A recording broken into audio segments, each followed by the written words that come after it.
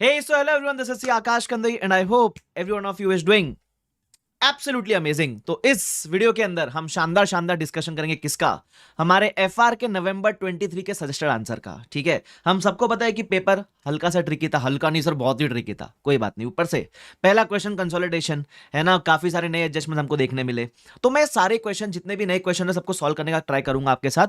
मैं आपको एक वे आउट बताऊंगा कि जब ऐसा पेपर आए तो इसको डील कैसे करना चाहिए। जब मैं सॉल्व करते चलूंगा तब बताता हुआ भी चलूंगा। उसके अलावा एक छोटी सी वियर्ड बात यह है कि नए एडजस्टमेंट पूछे तो पूछे, लेकिन सोल्यूशन में मुझे लगता है कि उसका ट्रीटमेंट सही तरीके से नहीं किया गया है। ठीक है, मतलब इनएडिक्वेट इंफॉर्मेशन देने के बाद जो ट्रीटमेंट इन्होंने किया है वो मुझे लगता है सही नहीं है, बिकॉज वो चीज इंडेस में इन्होंने अपने मॉड्यूल में भी जो सोल्यूशन सॉल्व किया उस तरीके से सॉल्व नहीं किए, बट सोल्यूशन यहां कुछ अलग तरीके से दिया गया है। तो हम क्या करेंगे, मैं आपको बताऊंगा कि होना क्या चाहिए था और मैं ये भी बताऊंगा इन्होंने क्या किया है। और अल्टीमेटली देखो, आप भी जानते हो मैं भी जानता हूं, है ना, अंदर की बात बताऊं, जो इन्होंने किया है वो करके आओगे तो ये मार्क्स मिलेगा। ये एक हार्श ट्रूथ है, बट अभी अपन इस पर डिबेट नहीं करेंगे ऐसा क्यों क्या कैसे, है ना। तो जो है मैं आपको पढ़ाऊंगा, सही भी बताऊंगा और जो इन्होंने किया वो भी बताऊंगा। तो हो सके तो जहां जहां आपको लगता है कि इन्होंने थोड़ा ट्रीटमेंट अपना वेग है इनका, याद कर लेना भाई। ठीक है, this is the only way through which we can tackle such kind of questions. But yes, सारे क्वेश्चन ऐसे नहीं है, बट कुछ कुछ है तो अपन डिस्कस करेंगे। ठीक है, चलो।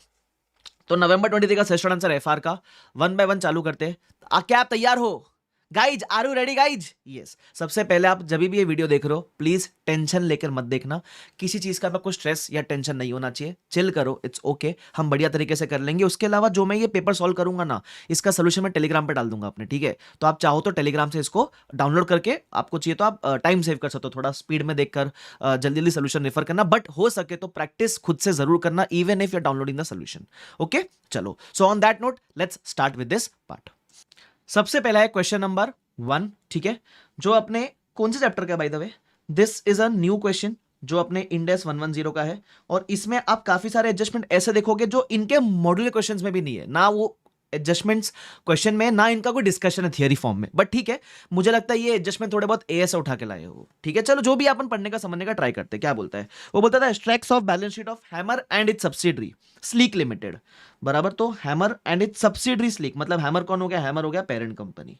ठीक है, और स्लीक हो गया सब्सिडरी। ओके सर, 31 मार्च को इन्होंने डेटा दिया हुआ है। जब भी क्वेश्चन बड़ा हो हमेशा देख लो लास्ट में पूछा क्या है, पहले ये देखना चाहिए हमेशा पूछा क्या है इन्होंने। ठीक है, तो अपन नीचे आके देखते हैं। वो बोलते हैं you are required to prepare consolidated balance sheet as per Ind AS of Hammer Limited and its subsidiary Sleek as of 31 March 23। ठीक है, बैलेंस शीट पूछिए ईयर एंड की, इसका मतलब ये 110 का क्वेश्चन हो गया। ठीक है, देखो अपन डिस्कस करते हैं ना क्लास के अंदर कि अगर डेट ऑफ एक्विजिशन का बैलेंस शीट पूछा तो 103, ईयर एंड का पूछा तो 110। एनीवे चलो, तो अगर आप देखोगे ध्यान से, आपको डेटा वगैरह दिया हुआ है बैलेंस शीट के अंदर। ठीक है, कोई दिक्कत वाली बात नहीं है। और फिर नोट्स अकाउंट्स वगैरह दिए हुए। ठीक है, उसके बाद एडिशनल इन्फॉर्मेशन वगैरह दी हुई है। चलो एक एक करके भी इन्फॉर्मेशन पढ़ते हैं। सबसे पहले क्या बोलता है, बोलता है hammer limited acquired 20,000 equity shares of sleek limited on 1 अप्रैल 22। एक सेकंड रुक जाओ अभी। सबसे पहले हमने 20,000 शेयर्स एक्वायर किए। स्लीक के शेयर्स कितने पहले वो तो देखो। तो अगर आप ध्यान से देखोगे तो स्लीक के नंबर ऑफ शेयर्स है, वो बोलते हैं 5 लाख कैपिटल है, 10 रुपीज का फेस वैल्यू, मतलब नंबर ऑफ शेयर्स कितने हो जाएंगे इनके, इनके नंबर ऑफ शेयर्स है 50,000। उसमें से हमारे पास कितने, हमारे पास कितने, हमारे पास ही 20,000 है। तो एक बार जरा परसेंटेज निकालोगे क्या, तो आप अगर 20,000 इंटू 50,000 करोगे ना, तो आपका आएगा 40%। क्या 40% से कंट्रोल आता है हमारे पास?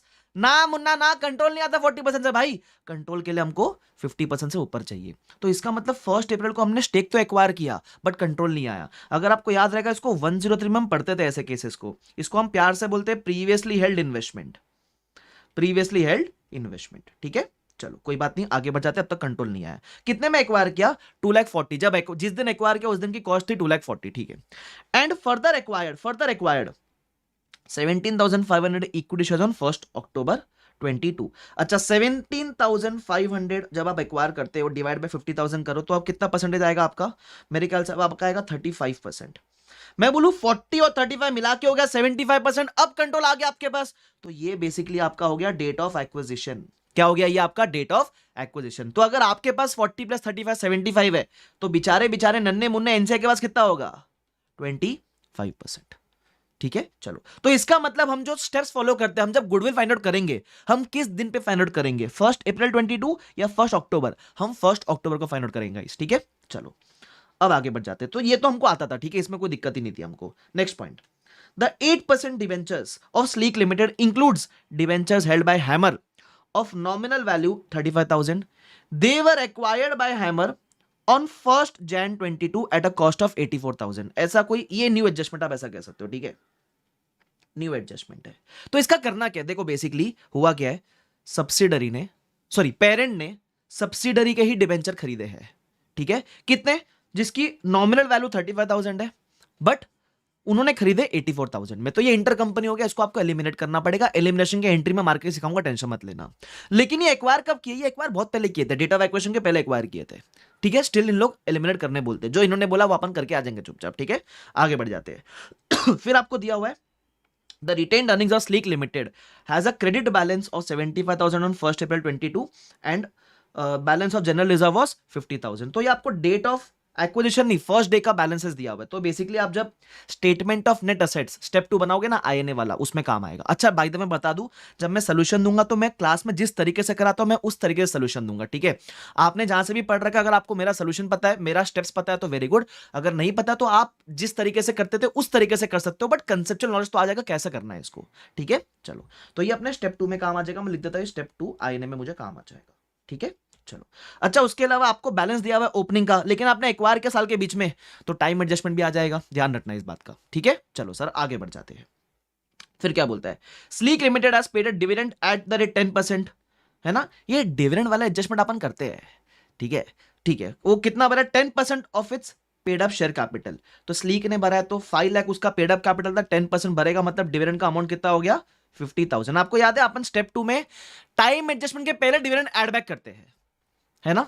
और इसका सेकंड इफेक्ट कहां जाता है, सेकंड इफेक्ट हम पेरेंट के कंसो अदर इक्विटी और एनसीआई के ईयर एंड बैलेंस से माइनस करते हैं। नॉर्मली यही करते हैं, इन्होंने भी यही किया जो इन्होंने सोल्यूशन दिया हुआ है अपने मॉड्यूल में, लेकिन यहां के सोल्यूशन में इन्होंने वो नहीं किया है, यहां के सोल्यूशन में कुछ और किया हुआ है? हाँ सर, ऐसा कुछ लिखा था क्या सर, कोई हिंट थी क्या जो इन्होंने डिफरेंट ट्रीटमेंट फॉलो किया? कोई हिंट नहीं थी, ये सेम लैंग्वेज इन लोग है ना अपने मॉडल वाले क्वेश्चन में यूज करते हैं, लेकिन यहां अलग फॉलो किया हुआ है, तो there is a issue with that. But मैं क्या बोला, हम अभी वो इशू पे इलैबोरेट करके 1 घंटा चर्चा नहीं करने वाले, मैं बताऊंगा होना क्या चाहता और इन्होंने किया क्या है, जब सॉल्व करूंगा तो बताऊंगा, ध्यान रखना, ठीक है। तो एक तरीके से मैं इसको भी स्टार मार्क कर दूंगा एडजस्टमेंट को, because it is more like a new adjustment for us, ठीक है। आगे फिर आगे next adjustment, as per the resolution dated 20th Feb, Sleek had allotted bonus shares at 1 share for every 10 shares. तो total Sleek के 50,000 shares थे, तो 50,000 में जब आप बोनस दोगे तो बोनस कितना जाएगा, 5,000 शेयर्स। क्यों सर 5,000 कैसे आया, अरे 1/10 के रेशियो में बोनस दे रहे हो ना, और कहां से दिया, जनरल रिजर्व से दिया, very good. The accounting effect has not yet be given. अब ये बोनस वाला एडजस्टमेंट अगेन एएस में सीएफएस में एडजस्टमेंट आता था ये, ठीक है। अब इसमें इफेक्ट क्या होता है, देखो बोनस में क्या होता है, आप अपने ना रिजर्व से इक्विटी शेयर को बोनस देते हो, तो it is nothing but capitalisation of reserve. तो एक तरफ आपका रिजर्व कम होता है और एक तरफ आपका है ना इक्विटी शेयर कैपिटल बढ़ जाता है। तो अगर ये इन्होंने इफेक्ट दिया होता तो हमको उस चीज को रिवर्स करना पड़ता। अब इन्होंने बोला इसका इन्होंने अकाउंटिंग इफेक्ट दिया ही नहीं है, ठीक है। तो दिया ही नहीं है तो आइडियली अगर आप कुछ नहीं भी करोगे तो भी चलेगा, बट इन्होंने फिर भी एक एडजस्टमेंट एंट्री मार के दी है इसकी। मैं इन्होंने जो मारी वो भी सिखाऊंगा, बट आइडियली आप इसका इफेक्ट नहीं भी लोगे ना किधर भी तो भी चल जाता, बराबर। बट ठीक है, this is a new adjustment for us, we will see it. Sir कहां इंपैक्ट आएगा इसका, जब आप स्टेप 2 बनाओगे ना आईएनए के अंदर, उसमें इंपैक्ट आएगा स्टेप 2 के अंदर आईएनए। ये डिविडेंड वाले का भी स्टेप 2 पे इंपैक्ट आएगा। मैं लिख रहा हूं ताकि जब मैं ना वो रिस्पेक्टिव स्टेप्स बनाऊंगा तो मैं भूल ना जाऊं ये सारी चीजें, ठीक है। चलो, इसका इन्होंने क्या इफेक्ट दिया मैं सिखाऊंगा, टेंशन मत लो। अच्छा सर इसमें ऐसा लिखा होता तो the accounting effect has been given, तो मैं थोड़ी सी डिस्कशन उसकी भी कर लूंगा जब मैं सॉल्व कराऊंगा, ठीक है। चलो आगे बढ़ जाते हैं। फिर क्या बोलते हैं, trade receivables of hammer includes bill receivable of 2 lakhs drawn upon sleek. Sir ये क्यों दिया हुआ है, बेसिकली आपको दिया हुआ है data for inter company transaction, बराबर। मेरा ही ट्रेड रिसीवेबल मेरी सब्सिडरी के साथ वो एडजस्ट हो जाएगा, बट 2 लाख का था ना bill receivable, sorry not trade receivable, bill receivable. Out of this 50,000 has been discounted with bank. तो अगर आपने 2 लाख में से 50,000 बैंक के बाद डिस्काउंट करा लिया तो आपका इंटर कंपनी फिर 2 लाख का नहीं होगा, आपका इंटर कंपनी से 1.5 लाख का होगा। तो करना क्या सर आपको, कुछ नहीं, जो भी ट्रेड रिसीवेबल्स हो गए उसमें से आप 1.5 लाख कम कर दोगे, और जो भी ट्रेड पेबल हो गए उसमें से मैं 1.5 लाख कम कर दोगे, बिकॉज जो मेरे लिए, जो पेरेंट के लिए ट्रेड रिसीवेबल है वही सब्सिडरी के लिए ट्रेड पेबल के अंदर होगा। क्यों, बिल्स के नाम से होगा वो, अभी बाइफिकेशन नहीं दिया हुआ है, बोला है ट्रेड के अंदर इंक्लूडेड होगा, तो अपन वहीं से निकाल देंगे। बेसिकली इंटर कंपनी में इसकी भी आपको एंट्री मारना सिखाऊंगा, बहुत सिंपल था ये वाला पार्ट। तो आगे फिर बोलता है during the financial year 22-23 purchase goods from Sleek at 25,000 sale पे 30,000, तो ये यूआरपी वाला हो गया। आपको पता है ना, इसमें आप बस ये देखना किसने प्रॉफिट कमाया, अपन उसके रिजर्व से कम कर देंगे और करस्पॉन्डिंग सेकंड इफेक्ट अपना इन्वेंट्री का वैल्यू कम हो जाएगा, सिंपल। ठीक है, तो इसमें भी क्या हुआ देख लो। तो बोलता है कि परचेज किया है, hammer limited purchase from sleek, मतलब मैं बोलूं एस ने बेचा है एच को, सब्सिडरी ने बेचा है पेरेंट को, बराबर। तो किसके रिजर्व्स अपने को कम करने पड़ेंगे, मैं बोलूं अपने को सब्सिडरी का अदर इक्विटी कम करना पड़ेगा। अच्छा यूआरपी है कितना, 5,000 का यूआरपी है, लेकिन सारे गुड्स स्टॉक में नहीं है, सिर्फ 40% अनसोल्ड है। तो जितना गुड्स अनसोल्ड है उतना ही प्रोपोर्शनेट यूआरपी आप एलिमिनेट करते हो, तो आप बोलोगे into 40%, which is equal to मेरे ख्याल से 2,000। तो इसका इफेक्ट क्या रहेगा, एक तरफ हम, अच्छा बाय द वे मैं यहां अज्यूम कर रहा हूं कि ये जो ट्रांजैक्शन है वो डेटा ऑफ एक्विजिशन के बाद हुआ है, तभी ये चीज आती है। अगर उसके पहले हुआ तो कुछ करने की जरूरत ही नहीं पड़ती। तो मैं मानता हूं कि डेटा एक्विजिशन के बाद हुआ है, इन्होंने भी वही अजम्पशन लिया हुआ है। तो हम क्या करेंगे, हम इसका इफेक्ट ये लेंगे कि सब्सिडरी का जो पोस्ट वाला अदर इक्विटी है, क्योंकि डेटा ऑफ एक्विजिशन के बाद का ट्रांजैक्शन है, तो सब्सिडरी का जो पोस्ट वाला अदर इक्विटी वो कम कर देंगे और सेकंड इफेक्ट अपना इन्वेंट्री का वैल्यू कम हो जाएगा। यहां तक सबको क्लियर है क्या? Yes, perfect. चलो आगे बढ़ जाते हैं। अगला एडजस्टमेंट क्या बोलता है, बोलता है on 1 October 22 machinery of sleek was over valued bye 20,000। अगर अभी स्लीक कौन है, सब्सिडरी, और ये डेटा ऑफ एक्विजिशन का ट्रांजैक्शन है, बोलता है आपकी मशीन ओवर वैल्यूड है। ओवर वैल्यूड का मतलब ये नहीं कि आपको गेन बुक करना है, ओवर वैल्यूड है मतलब आपको प्रॉपर वैल्यू पे लाना पड़ेगा, मतलब मशीन की वैल्यू गिरानी पड़ेगी। तो बेसिकली ये फेयर वैल्यू लॉस है, बराबर का 20,000 का। इसका अपन क्या करते हैं, आईएनए के जो भी फेयर वैल्यू एडजस्टमेंट्स है वो अपन प्री वाले पार्ट में लेते हैं, बराबर। अच्छा, उसके अलावा इस पर डेप्रीसिएशन का रेट दिया हुआ है 10% का। तो नॉर्मली जब भी आपके डेप्रीशिएबल असेट पे गेन या लॉस आएगा तो पोस्ट वाले पीरियड में डेप्रीसिएशन का इफेक्ट भी आएगा। ठीक है, अब यहां नॉर्मली अपने को जितने भी क्वेश्चन अपन ने किया वहां गेन आता था, तो अगर गेन आता था प्री वाले पीरियड में तो पोस्ट वाले पीरियड में करस्पॉन्डिंगली एक्सेस डेप्रीसिएशन आया करता था। इस केस में प्री वाले पीरियड में अपने को लॉस आएगा, तो लॉस आएगा तो पोस्ट वाले पीरियड में सेविंग्स इन डेप्रिसिएशन आएगा। अब वो सेविंग्स निकालने के दो तरीके होते थे, या तो लॉन्ग कट करते थे अपन, जहां कभी कभी क्या होता था अपने को मशीन की देते थे फेयर वैल्यू, फिर अपन कैरिंग अमाउंट निकालते थे, फिर फेयर वैल्यू पे डेप्रिसिएशन कितना, कैरिंग अमाउंट पे डेप्रिसिएशन कितना, वो सब इतना लॉन्ग कट में कंपेयर करते थे। यहां इन्होंने क्या किया, डायरेक्टली लॉस का अमाउंट अवेलेबल है, तो इसी लॉस के अमाउंट पे रेट लगाते डेप्रिसिएशन का to find the savings and depreciation. Discuss करो बट फिर भी करके दिखाऊंगा, ठीक है। अच्छा, ये सब बातें जो मैं डिस्कस करता हूं ना आपको तब क्लिक करेगी जब आपने चैप्टर किया हुआ है। ऐसा नहीं चैप्टर किया ही नहीं और देख रहे बोल रहे समझ रहा ही नहीं है कुछ, ऑफकोर्स नहीं समझेगा उस केस में। चलो ठीक है, मतलब इसका भी इंपैक्ट आपके कौन से स्टेप में आएगा, ये तो एडजस्टमेंट का भी इंपैक्ट आपके स्टेप 2 आईएनए के अंदर आ जाएगा। चलो आगे बढ़ जाते हैं। फिर बोलता है कि parent company has a policy of accounting the NCI at fair value. ठीक है, तो एनसीआई को फेयर वैल्यू पे ला देंगे, और fair value per share of Sleek 11 rupees दिया हुआ है on the date when control of Sleek was acquired by Hammer. तो जिस दिन कंट्रोल आया उस दिन फेयर वैल्यू ऑफ शेयर भी दिया हुआ है ₹11। ठीक है, तो चलो अपन उसको सॉल्व करने का ट्राई करते हैं। अब कैसे सॉल्व करेंगे सर, स्टेप बाय स्टेप जाना शांति से, ठीक है। अच्छा क्वेश्चन है, घाई नहीं करेंगे, शांति से करेंगे, ठीक है। तो सबसे पहले आप लिख दिया करो आपका डेटा ऑफ एक्वेशन क्या है, ताकि आपको याद रहे कि कोई मिस्टेक ना हो जाए। तो मैं लिख देता हूं ऊपर, क्वेश्चन नंबर 1 है ये मेरा, तो मैं लिखता हूं डेट ऑफ एक्विजिशन मेरा है 11022 if I am not wrong, ठीक है। ओके, और अपना स्टेक कितना है, 75% स्टेक है, वेरी गुड। अब अगर स्टेप वाइज जाएंगे तो स्टेप नंबर 1 सबसे पहले आप निकालोगे परचेस कंसिडरेशन। अब परचेस कंसिडरेशन आपको चाहिए ऑन डेट ऑफ एक्विजिशन, ठीक है, एज पर 110/2022। तो आपके पास है ना सिंगल एक्वेशन नहीं है, आपने स्टेजेस में एक्वायर किया, ठीक है, चीजों को। तो सबसे पहले आपने जो अभी रिसेंट ताजा 35% एक्वायर किया था ऑन डेट ऑफ एक्विजिशन, उसकी बात कर लो।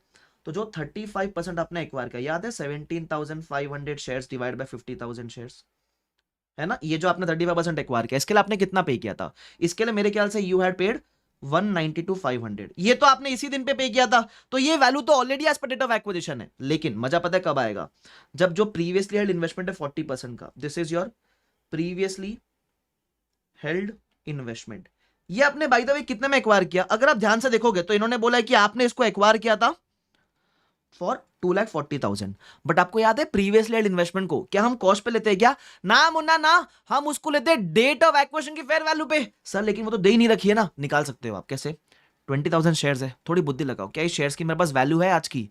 देखो नीचे दिया हुआ था ना वो एनसीआई का जो डेटा दिया हुआ था, उसके लिए अपन यूज कर सकते हैं कि भाई जो स्लीक के शेयर्स है उनकी आज वैल्यू 11 रुपीज है, तो 20,000 जो शेयर्स है उसकी आज कितनी वैल्यू होगी, उस तरीके से आप निकाल सकते हो। अच्छा सर, हाँ हाँ, चलो अभी चला दिमाग। सर आप एग्जाम में आ जाया करो ना, दिमाग हमारा बढ़िया चलेगा। चलो ठीक है, सुन लो। तो ये ना सबसे पहले मैं बता दूंगा कॉस्ट कितनी थी इसकी। तो आप लेकर आए थे 2,40,000 में, ठीक है, लेकिन इसकी fair value on date of acquisition कितनी है, तो आप बोलोगे 20,000 शेयर्स इंटू इंटू इंटू पिंटू चिंटू into ₹11, that is equal to 2,20,000। तो मैं बोला आपको नुकसान भी तो हो गया, एक फेयर वैल्यू लॉस भी आ रहा है आपको इस केस में, ये इन्वेस्टमेंट का लॉस है। ठीक है, इसको आईने से मत एडजस्ट करना भाई। जब भी आपकी प्रीवियसली हेल्ड, मैंने आपको एक चीज सिखाई थी, ये 103 में अपन डिस्कस करते थे कि जब भी प्रीवियसली हेल्ड इन्वेस्टमेंट पे गेन आ जाए तो वो गेन सीआईएफएस के अंदर बुक करते थे। सिमिलरली जब भी आपको ये लॉस भी आएगा ना, तो ये लॉस भी आप सीआईएफएस के अंदर बुक करोगे। ठीक है, तो यहां है ना, आपको इंपैक्ट कैसे लेना है, पूरे बैलेंस शीट पे क्या इंपैक्ट आएगा मैं एक बार बता दूं आपको, समरी फॉर्म में सुन लो। सबसे पहले मैं मानूंगा कि ये जितना भी मेरा अमाउंट है 192,500 और ये 220 जो फेवरेबल डेट ऑफ एक्विजिशन है, ये मेरा टोटल पीसी हो जाएगा। Total PC will be 192,500 plus ये डे की तरह 240 मत लेना, 220 लेंगे अपन। तो कितना मेरा पीसी हो जाएगा मेरे ख्याल से, तो it will B 192,500 plus 220 which will give me 4,12,500। अच्छा, अब ये पीसी का इंपैक्ट मेरे को अलग से लेने का जरूरत नहीं। हम 110 में क्या मानते थे कि ये इन्वेस्टमेंट में ऑलरेडी इंक्लूडेड होगा। तो अब जो हैमर का इन्वेस्टमेंट दिया हुआ है क्वेश्चन में, उसमें ये ऑलरेडी होगा। ठीक है, लेकिन कितना वैल्यू होगा ये भी इंपॉर्टेंट है। इन्वेस्टमेंट के अंदर 412,500 पे नहीं होगा, इन्वेस्टमेंट के अंदर कौन से वैल्यू पे होगा, जो ये आपका 192,500 है वो, और ये 240 है वो। तो अपन उतना प्रोपोर्शनेट इन्वेस्टमेंट क्या करेंगे, एलिमिनेट करेंगे। तो उतना इन्वेस्टमेंट आप एलिमिनेट करोगे। इन्वेस्टमेंट एलिमिनेट कितना करोगे, 192,500 प्लस 240,000, 432,500 का इन्वेस्टमेंट एलिमिनेट होएगा। तो सर ये जो डिफरेंस है फिर, अरे वो लॉस आपको जो आया ना, ये लॉस पेरेंट को आ रहा है, तो सीएफएस में ये लॉस कंसो अदर इक्विटी के अंदर बुक होएगा। याद है अपन स्टेप नंबर 5 बनाते हैं कंसोलिडेटेड अदर इक्विटी, उसमें ये 20,000 का लॉस अपन रिकॉर्ड करेंगे। तो देखो ना, हो गया ना पूरा इंपैक्ट। फिर आपने पीसी में इतना जोड़ा, इतना लॉस रिकॉर्ड किया और इतना आपने इन्वेस्टमेंट एलिमिनेट किया। I hope this is clear to everyone. Clear, चलो। तो आपका स्टेप नंबर 1 था, बहुत शानदार स्टेप था। मतलब देखो, अब आप इस तरीके से समझना इस चीजों को कि आपको सीखने मिल रहे हैं नया। हड़बड़ी मत मचाना कि अरे ये एग्जाम में कैसे क्लिक होता है। अब आ गया, देखो मैं ऐसा मानता हूं, जब ऐसे टाइप के नए नए क्वेश्चन आते हैं ना, जो 20 मार्क का कंपलसरी क्वेश्चन, तो मैं कभी आपसे एक्सपेक्ट करूंगा ही नहीं, या मैं अपने आप से भी एक्सपेक्ट नहीं करूंगा कि मुझे 20 आउट ऑफ 20 चाहिए इसके अंदर। ठीक है, जब out of the box paper आता है ना, तो आपको डिफिकल्ट क्वेश्चन में फुल आना ही नहीं है, आपको बस अटेम्प्ट करने का कोशिश करना है। मैं बोलूं कुछ नहीं आता तो ये तो लिख लेते, थोड़ा बहुत बुद्धि लगा के ये भी ट्राई कर लेते, कुछ तो लिख के आते ना। 20 में से वो 4 5 6 मार्क जो अपने को मिलते हैं ना, वो बोनस थे अपने लिए। हमेशा इस तरीके से देखना। देखो, जब 100 मार्क का पेपर आता है तो you not expected to know full 100 marks. जो आता है उसमें स्कोर करना, जो नहीं आता उसमें चंद वो चिंदी बिंदी मार्क्स निकालना है अपने को। चलो क्लियर, आगे बढ़ो सर। तो ये स्टेप नंबर 1 हो गया मेरा, आई होप आपको समझा रहेगा। स्टेप नंबर 2 पे आ जाते हैं। ठीक है, स्टेप नंबर 2 इज मेरा I&A, आइडेंटिफाइबल नेट एसेट। अपन स्लीक लिमिटेड का I&A यहां टेक ओवर करते हैं। ठीक है, चलो। अब स्लीक के I&A में क्या क्या आएगा, सबसे पहले अपन लेंगे equity share capital of sleek limited. तो हम तो मानते हैं जो ईयर एंड पे था वो डेट ऑफ एक्विजिशन पे होगा। तो डेट ऑफ एक्विजिशन पे अपना इक्विटी कैपिटल कितना है, that is on 1/10/22, it will be equal to 5 lakh. ठीक है, अब बी अपन लेंगे other equity of S Limited. मैं स्लीक को एस बोल दूं क्या, टाइम बचेगा थोड़ा। अब इसमें अपन करेंगे प्री पोस्ट की खेला कूदी। प्री में कब तक का बैलेंस आएगा, 1/10/22 का बैलेंस आएगा। पोस्ट में 1/10/22 से लेकर आपके बाकी ईयर एंड तक का, मतलब पोस्ट में आपके कितने महीने, पोस्ट में आपके 6 महीने फॉल करते। ठीक है, अब अपने पास कितने रिजर्व है, दो रिजर्व। अगर आपको याद रहेगा तो दोनों रिजर्व का अपने को ओपनिंग बैलेंस दिया हुआ है। ठीक है, तो क्या बोला हुआ है कि स्लीक के जो रिटेन्ड अर्निंग्स है उसका बैलेंस 75,000 है, और जनरल रिजर्व का ओपनिंग बैलेंस कितना, देखो यहां दिया हुआ है ना, वो ये वाले एडजस्टमेंट में, और जनरल रिजर्व का है 50,000। तो चलो मैं लिख देता हूं, आ जाओ।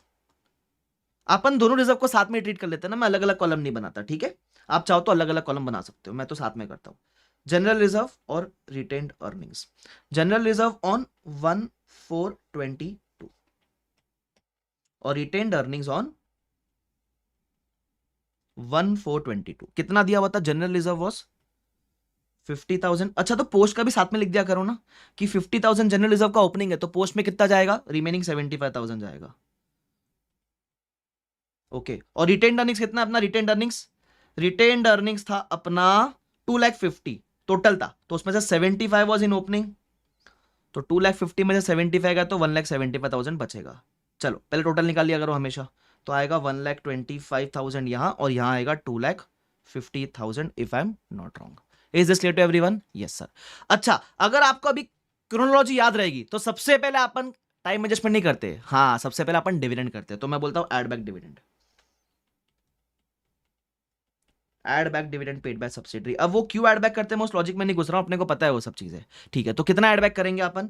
डिविडेंड का अमाउंट वाज 10%, 5 लाख का 10% 50,000 ये आप ऐड बैक करोगे, ठीक है। चलो, तो अभी आपको टोटल बैलेंस मिलेगा यहाँ 1,25,000 ही रह जाएगा और ये हो जाएगा आपका 3 लाख मेरे ख्याल से, ठीक है। अब आप परफॉर्म करोगे टाइम एडजस्टमेंट, तो एड लेस टाइम एडजस्टमेंट। तो टाइम एडजस्टमेंट आएगा 6 महीने का, जो पोस्ट में बैलेंस पड़ा है 3 लाख, उस पर 6/12 करोगे आप।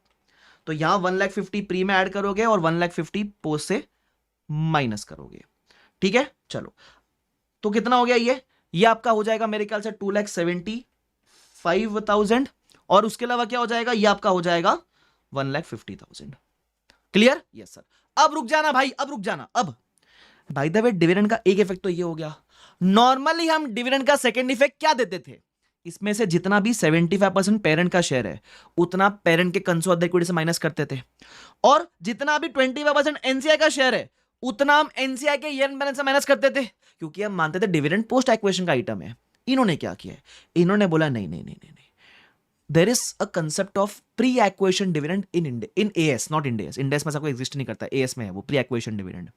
तो इन्होंने क्या किया है, वो 50,000 का second effect instead of giving in NCI year and consolidated equity, इन्होंने डिविडेंड को यहीं से माइनस कर दिया है, प्री वाले कॉलम से। Less dividend paid parent and NCI दोनों का मिला के कितना है 50,000 ना, तो टोटल इन्होंने प्री में से माइनस कर दिया है। अब क्यों किया, कैसे किया, यही तो गलती है,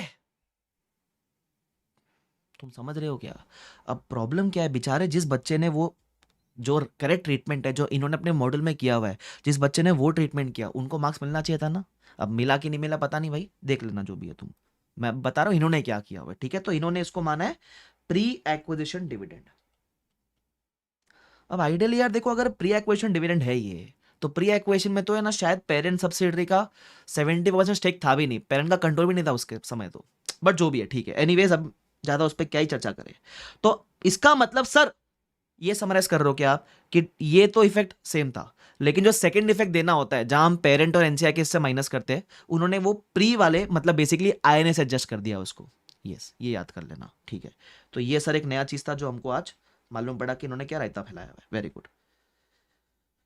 तो ये हो गया 2,25,000, ये हो गया 1,50,000। I hope this is clear to everyone, ठीक है। उसके अलावा और क्या आएगा आईएनए में, जरा देख लेते हैं ना, अपन लाइन से चले जाते हैं।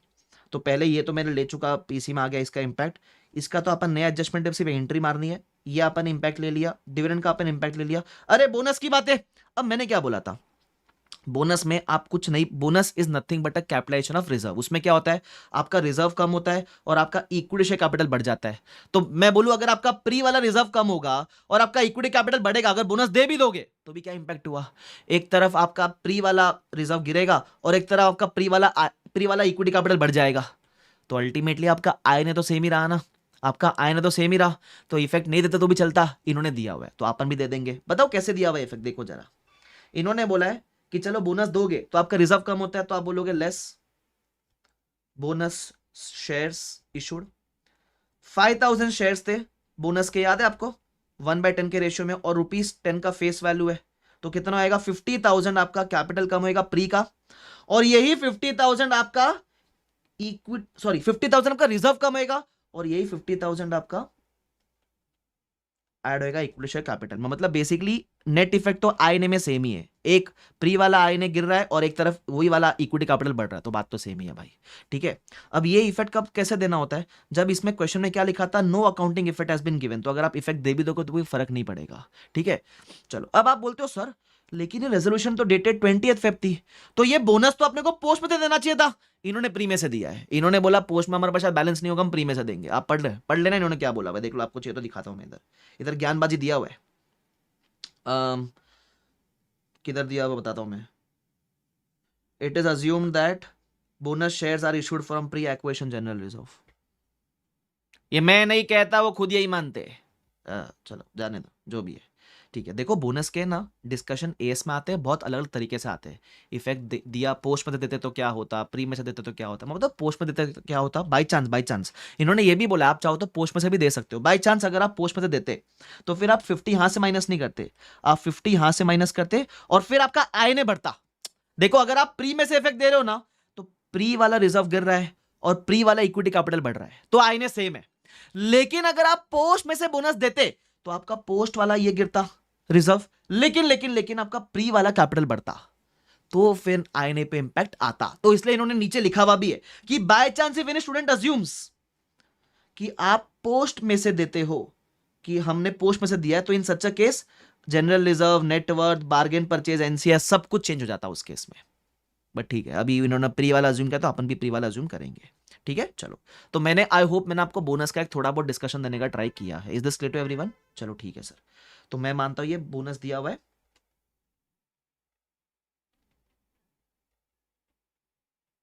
फ्रॉम प्री एक्विजिशन प्रॉफिट, तुम समझ रहे हो क्या? देखो बोनस में भी थोड़ी दिक्कत है इनके सोल्यूशन में, और डिविडेंड के अंदर भी थोड़ी दिक्कत है इनके सोल्यूशन में। ये दो दिक्कतें तो है।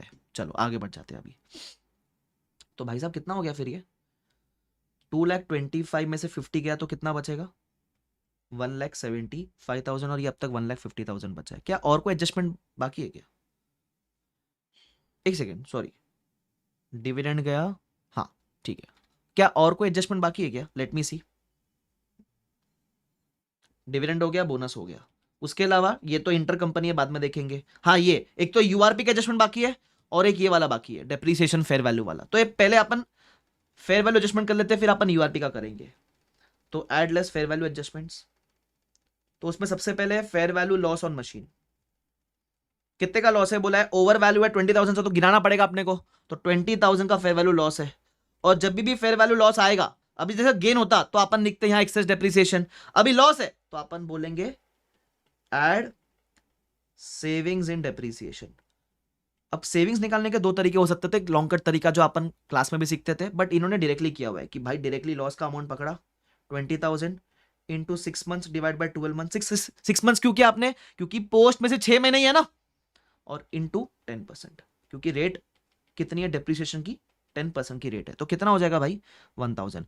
बेवकूफों की तरह माइनस मत कर देना, ये सेविंग्स है, सेविंग्स है, सेविंग्स है, तो ये ऐड करना है।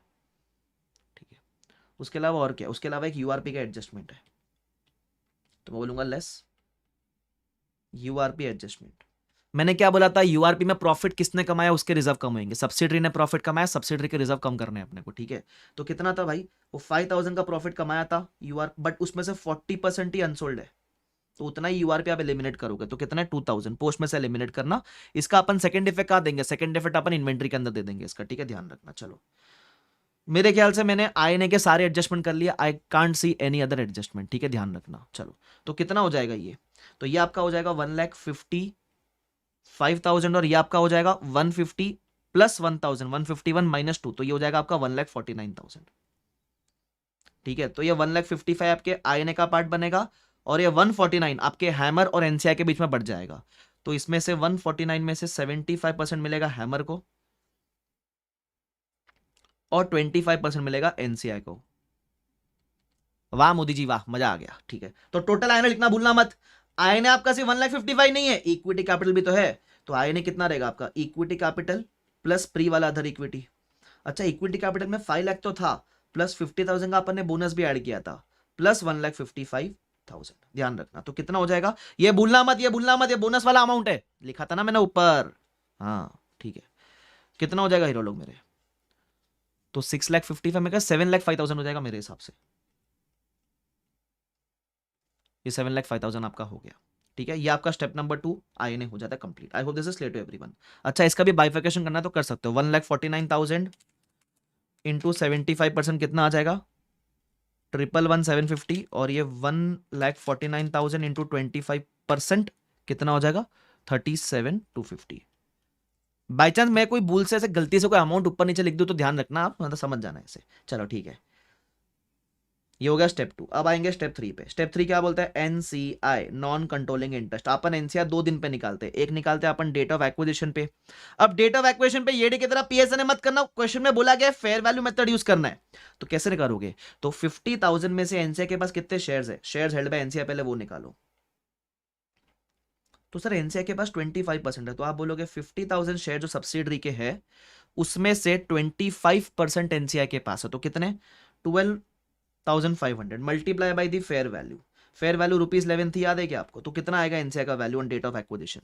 तो 12,500 इंटू 11 विल गिव मी 137,500।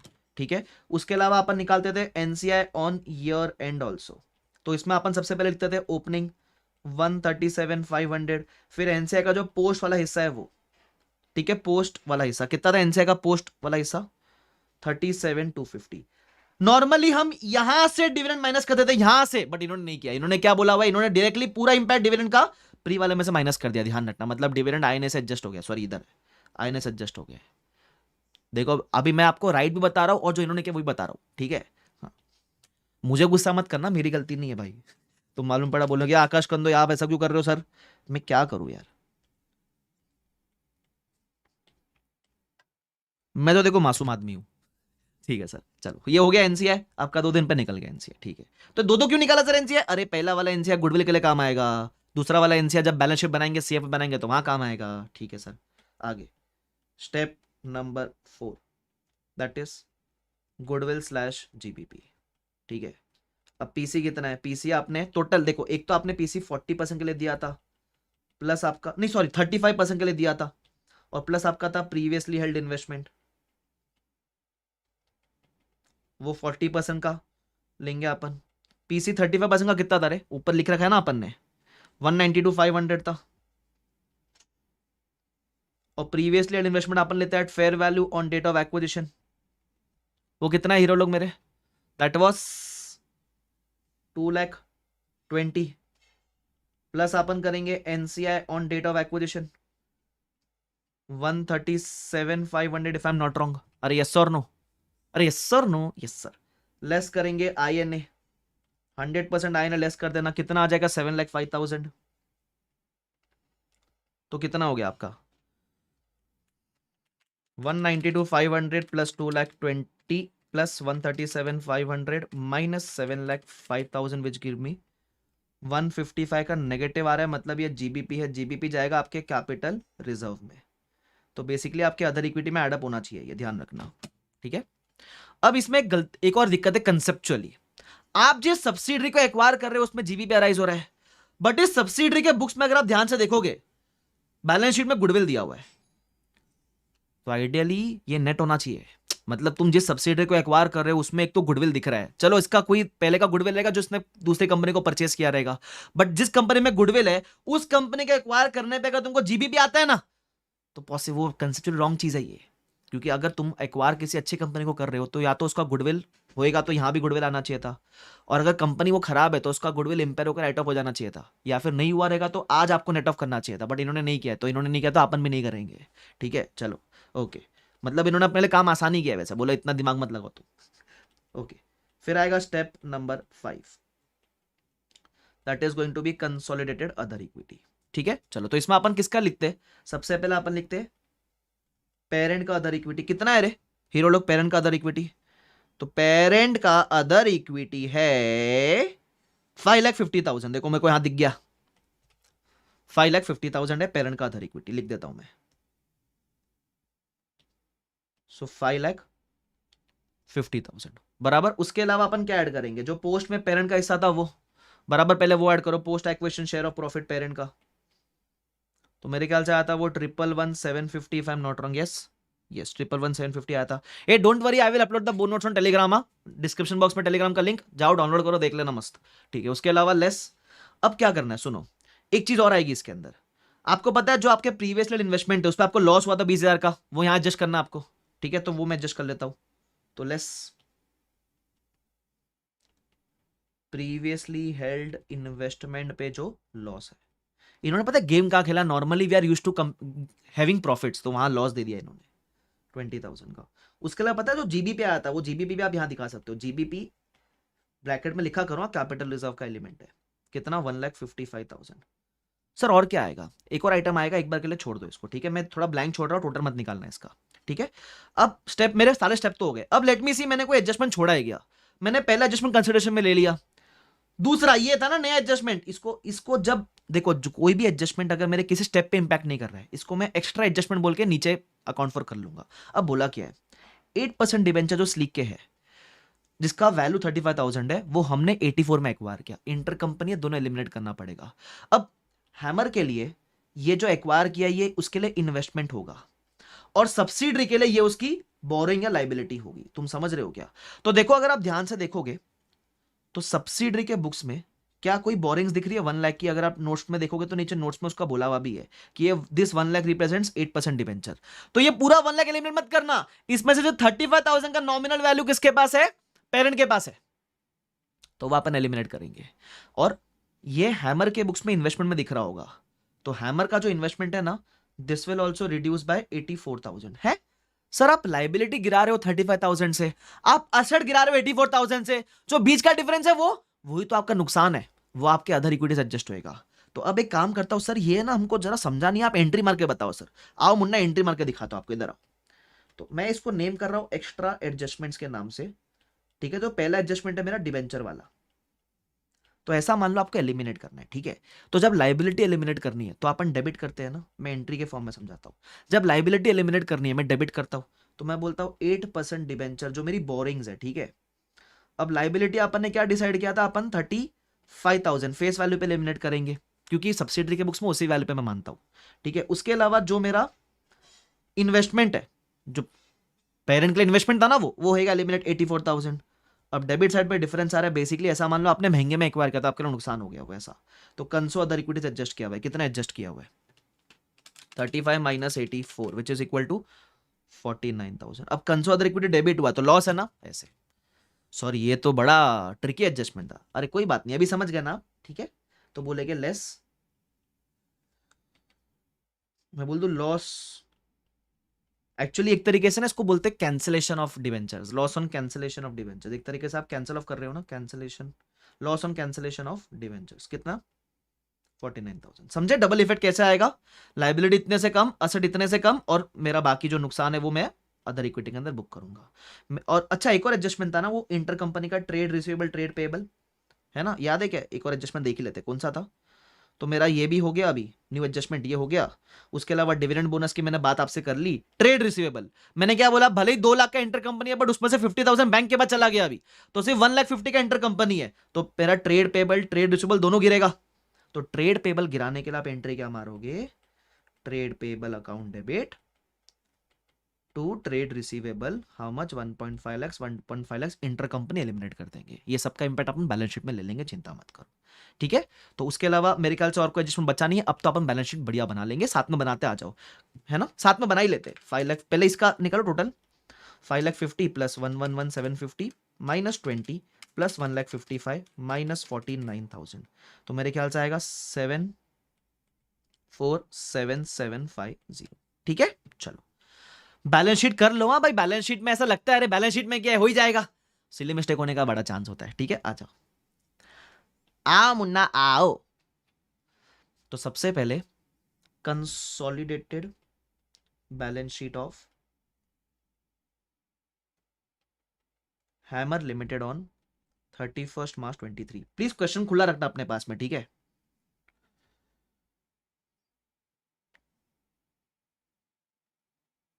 चलो वाह क्या लाइन मारी, मस्त मजा आ गया, ठीक है।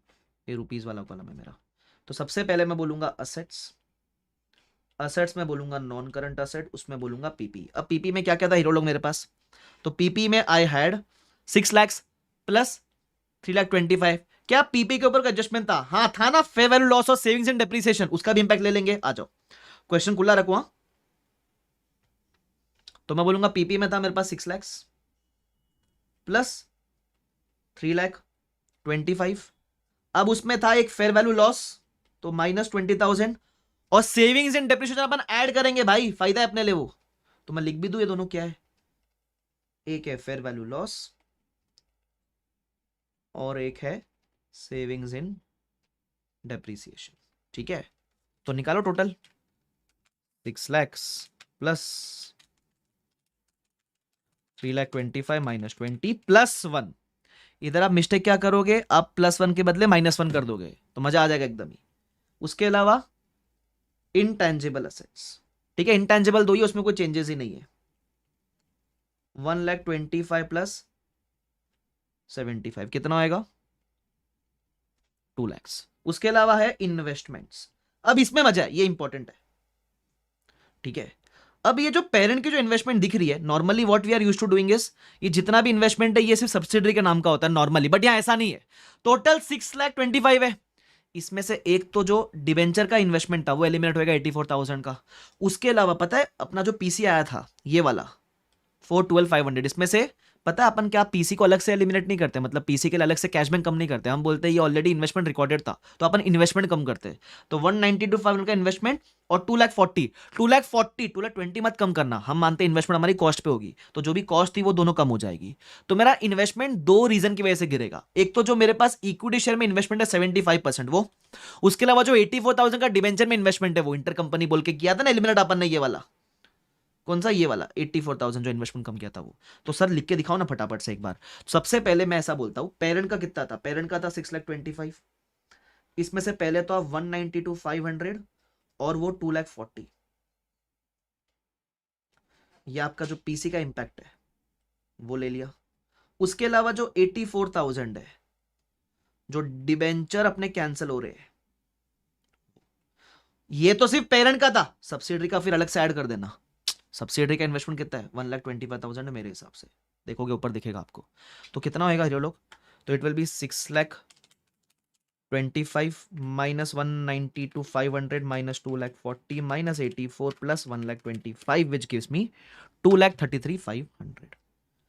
बढ़िया, मजा आ गया सर, इसलिए बोल रहा हूँ ये इंपॉर्टेंट है, ठीक है, जो इंपॉर्टेंट है उसको रेड में हाईलाइट कर देता हूँ। ओके, आगे बढ़ जाते हैं। फिर आपका आएगा करंट असेट। करंट असेट में एक बार जाके देखते हैं क्या क्या है अपने पास। करंट असेट में इन्वेंट्री, फिर फाइनेंशियल असेट में ट्रेड रिसीवेबल और कैश एंड कैश इक्विवेलेंट। क्या इन्वेंट्री में कोई एडजस्टमेंट है? नहीं सर, कोई एडजस्टमेंट नहीं है। है इन्वेंट्री में एडजस्टमेंट, यूआरपी का 2,000 रुपया कम करना है ना। हाँ, तो आओ, तो सबसे पहले है इन्वेंट्री। इन्वेंट्री की वैल्यू थी अपनी 1,25,000 प्लस 1,60,000 माइनस 2,000 रुपए का यूआरपी। तो कितना हो जाएगा? मेरे ख्याल से 2,83,000 हो जाएगा। उसके अलावा आपका है फाइनेंशियल असेट, उसमें है ट्रेड रिसीवेबल और सीसी। ट्रेड रिसीवेबल याद है इंटर कंपनी था, तो सबसे पहले कितना है ट्रेड रिसीवेबल? तो मेरा ट्रेड रिसीवेबल है 3,25,000 है, इसमें से 1,50,000 कम हो जाएगा और 2,90,000 है, ठीक है। तो आ जाओ मैं कर लेता हूं। 3,55,000 इसमें से पहले इंटर कंपनी करो एलिमिनेट, प्लस 2,90,000। अब बात लास्ट में भी लिखोगे तो भी चलेगा, इंटर कंपनी। तो मेरे ख्याल से कितना बचेगा? 3,25,000 माइनस 1,50,000 प्लस 4,65,000 बचता है। उसके अलावा कैश एंड कैश इक्विवेलेंट उसमें कोई चेंज ही नहीं है, तो वो कितना 1,50,000 और 3,50,000 है।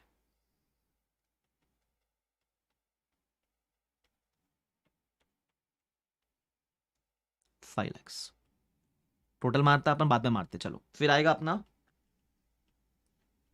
Equity and liability. उसमें पहला आएगा इक्विटी, उसमें आएगा equity share capital, other equity और एनसीआई। इक्विटी कैपिटल सिर्फ और सिर्फ पेरेंट का आता है, ओनली हैमर का आएगा, ठीक है, ध्यान रखना। ये डे की तरह सब्सिडी का मत ऐड करना 10 लाख। सर इक्विटी कैपिटल बढ़ना चाहिए ना बोनस की वजह से, अरे वो सब्सिडी का कैपिटल बढ़ा है, पेरेंट का नहीं बढ़ा है, ध्यान रखना। अदर इक्विटी अपन स्टेप 5 से कॉपी कर सकते हैं, स्टेप 5 में अपन ऑलरेडी निकाला हुआ है, it is 747750। NCI upon step 3B से कॉपी कर सकते हैं, ईयर एंड का एनसीआई निकाला हुआ है अपन ने 174,750। वाह सर मजा ही आ गया। फिर आपका आएगा लाइबिलिटी। लाइबिलिटी में आएगा नॉन करंट लाइबिलिटी, उसमें पहला है नॉन करंट के अंदर भी मेरे ख्याल से फाइनेंशियल लाइबिलिटी है। फाइनेंशियल लाइबिलिटी में है बोरोइंग्स, और वो बोरोइंग में है 8% डिवेंचर। डिवेंचर याद है क्या? पूरा 1 लाख मत लिखना, वो 1 लाख का अमाउंट था, लेकिन उसमें से 35,000 वॉज इंटर कंपनी ना, वो डिवेंचर कैंसिल किया, वो 8% डिवेंचर कैंसिल, तो कितना बचेगा? 65,000 बचेगा, बराबर। फिर आपका आएगा करंट लाइबिलिटी। कितना है करंट लाइबिलिटी? तो करंट लायबिलिटी अपन देख लेते एक बार क्या क्या था करंट लायबिलिटी के अंदर। करंट लायबिलिटी में मेरा है short term financial liability, short term borrowing, bank OD और ट्रेड पेबल। ठीक है चलो, तो ट्रेड पेबल भी इंटर कंपनी था, याद रखना हो। तो इसमें है फाइनेंशियल लायबिलिटी, ठीक है, उसमें है शॉर्ट टर्म बोरिंग्स और शॉर्ट टर्म बोरिंग में है बैंक ओडी। बैंक ओडी का वैल्यू वाज 1 लाख प्लस 50,000। तो कितना बनेगा वो, इट विल बिकम 1,50,000। और क्या था अपना ट्रेड पेबल, ट्रेड पेबल था 3 लाख प्लस 3 लाख, बट इसमें से याद है इंटर कंपनी था 1,50,000।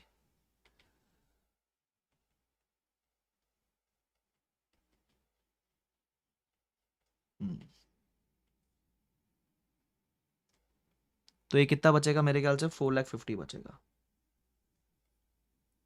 टोटल मारेंगे। ठीक है चलो टोटल मारने का ट्राई करें, देखते मैच करता है कि नहीं करता है। 9,06,000 plus 2 lakh plus 233,500 plus 2,83,000 plus 4,65,000 plus 5 lakh, इधर आ रहा है 25,87,500। जय माता दी, देखते राइट मैच करता है कि नहीं करता है। 10 lakh plus 74,77,50 plus 174,750 plus 65,000 plus 1,50,000 plus 4,50,000। वाह वाह वाह वाह वाह, 25,87,500 बराबर, ये हो गया टैली।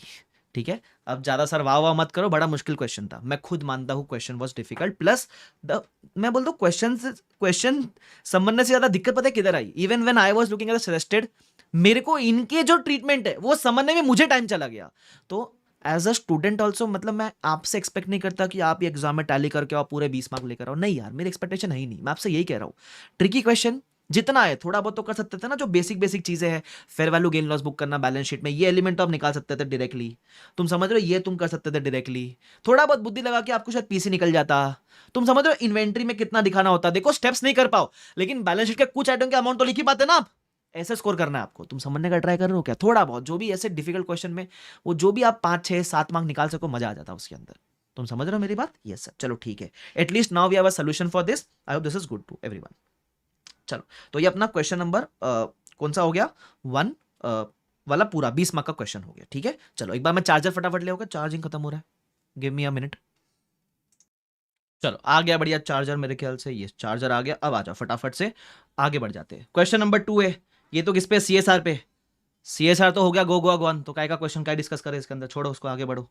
अच्छा 2B, this is already a question of module. अच्छा एक काम करेंगे, देखो अभी है ना, आपको ही पता आपका भी समय कीमती है ना, मेरे से ज्यादा कीमती आपका समय, जो तो रेपिटेटिव क्वेश्चन है वो वापस बार बार डिस्कस करने का जरूरत नहीं, तो आपने क्लास में ऑलरेडी डिस्कस किया हुआ है बराबर।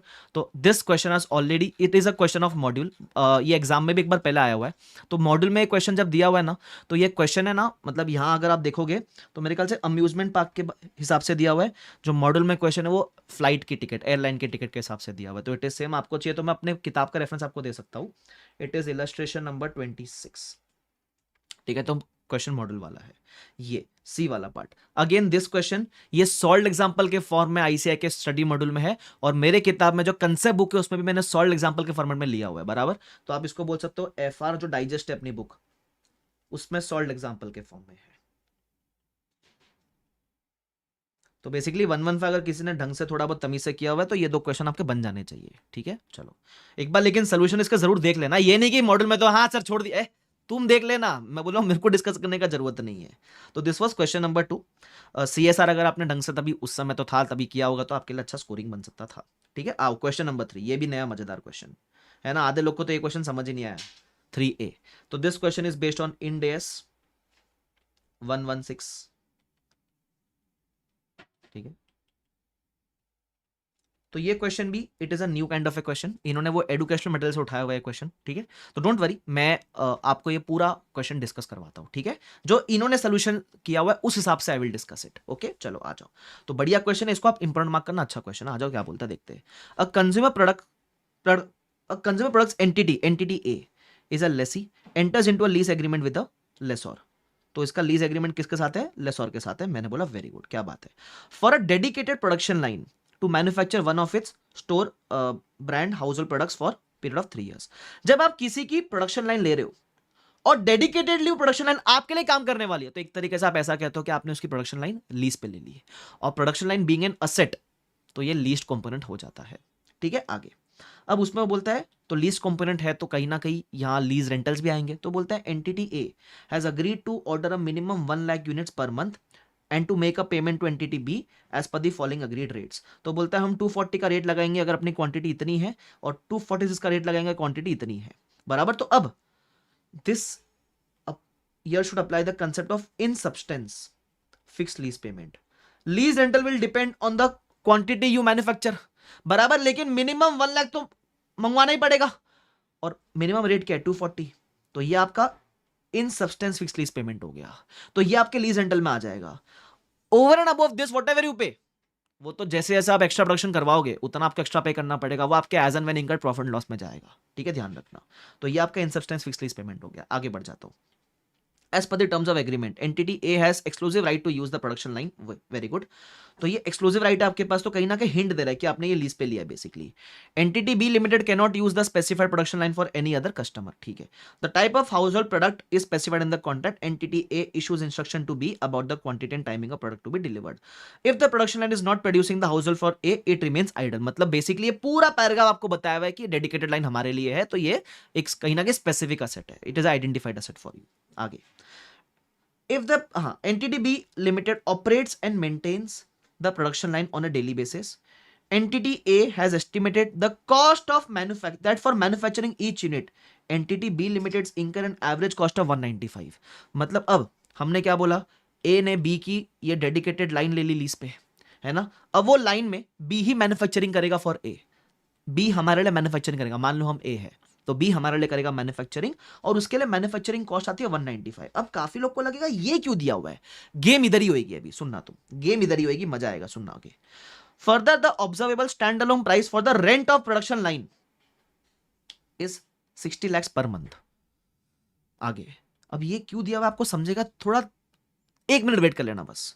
आपको रेट ऑफ वो दिया हुआ है, बोरिंग रेट कितना 10%, वो आपको प्रेजेंट वैल्यू निकालने के लिए काम आएगा, लीज लायबिलिटी का प्रेजेंट वैल्यू निकालते तभी। A concludes that arrangement contains a lease as per 116। It also elects not to apply the practical expedient of not separating non lease and lease components. अब आप बोलोगे एक्चुअली है ना 116 में एक शॉर्टकट है कि अगर आपके लीज में एक लीज कंपोनेंट है और एक नॉन लीज कंपोनेंट है, तो आप चाहो तो उसको एक सिंगल कंपोनेंट ट्रीट कर सकते हो, बट वो ऑप्शन इन्होंने ऑप्ट नहीं किया है। मतलब ये लीज वाले पार्ट को और नॉन लीज वाले पार्ट को अलग अलग अकाउंट करना चाहते हैं, लेकिन सर नॉन लीज वाला पार्ट आया कहां से इसके अंदर, you must be wondering this ना, कि नॉन लीज का, एक सेकंड, हमने प्रोडक्शन लीज पे लिया है तो लीज कंपोनेंट है, नॉन लीज क्या है। अब सुनना, इसके अंदर गेम किधर हुआ है, इधर ही गेम हुआ है, मैं अब सिखाता हूं आपको, सॉल्व कर लेता हूं इधर में। क्वेश्चन नंबर 3 ए ना, तो ऐसा मान लो कि इसके अंदर अपने पास एक एंटिटी ए है और एक एंटिटी बी है, बराबर। तो मैं एक डायग्राम बना के सिखाता हूं आपको, थोड़ा इजी हो जाएगा आपके लिए। तो ये जो एंटिटी ए है ये लेसी है, ठीक है, और एक जो एंटिटी बी है ये लेसॉर है, ठीक है। तो एंटिटी ए ने क्या लिया हुआ है, प्रोडक्शन लाइन लिया हुआ है, डेडिकेटेड है, तो ये तो आपका लीज्ड एसेट है, लीज एसेट, ये आपका बेसिकली लीज कंपोनेंट हो गया, मैं ऐसा बोलूं तो। अब आपने सिर्फ बी से उसकी प्रोडक्शन लाइन नहीं ली, आपने बी को बोला इस प्रोडक्शन लाइन पे मैन्युफैक्चरिंग भी तू ही करके देगा मुझे, तो आप बी से एक तरीके से मैन्युफैक्चरिंग सर्विस भी ले रहे हो, मतलब एक तरीके जॉब वर्क कर रहे हो आपके लिए, एक तरीके से मुर्गी भी, मतलब मुर्गी क्या, खेत भी मैं ही दे रहा हूं और खेती बाड़ी भी तुमको मैं ही करके दे रहा हूं उसके ऊपर, तुम समझ रहे हो क्या। तो ये जो जॉब वर्क है ना, इन लोग मानते हैं कि this this this job work is a non lease component है। सर इसका हिंट हमको कैसे मिलेगा, क्योंकि जब आप क्वेश्चन आगे पढ़ोगे ना, तो बार बार बार बार बार बार वो लीज नॉन लीज कर रहा है। उसके अलावा आपको इसलिए जानबूझ के मैन्युफैक्चरिंग यूनिट का 195 का कॉस्ट दिया हुआ है पर यूनिट, और जो प्रोडक्शन लाइन आपने लिया हुआ है, प्रोडक्शन लाइन का रेंटल आपको इसीलिए अलग से दिया हुआ है। क्यों, क्योंकि जो लीज रेंटल है ना आपके, जो भी आपके आएगा फिक्स लीज पेमेंट, इन सब्सटेंस फिक्स लीज पेमेंट, उसको आप बांटोगे ना लीज और non lease component in the ratio of SSP, stand alone selling price के रेशियो में आप बांटोगे, तो वो एसएसपी के रेशियो में बांटने के लिए आपको ये दो फिगर अलग से दिया हुआ है। तो the only hint which you could have identified is manufacturing unit का अलग से प्राइस दिया हुआ है, प्रोडक्शन लाइन का अलग से प्राइस दिया हुआ है, तो इसलिए शायद ये लीज नॉन लीज कंपोनेंट ये दो हो सकता है. ऑफ कोर्स एग्जाम प्रेशर में आइडेंटिफाई करना may be little tricky. Yes of course it was tricky, but ठीक है, अभी आपको समझा ना, ध्यान रखना. सो बोलता है you are required to identify analyse the above and identify lease components and non lease component. तो जैसे मैंने आपको बताया लीज और नॉन लीज कंपोनेंट क्या है, चलो आ जाओ मैं लिख के देता हूं आपको, फटाफट से सोल्यूशन बढ़िया बना लेते हैं इसका.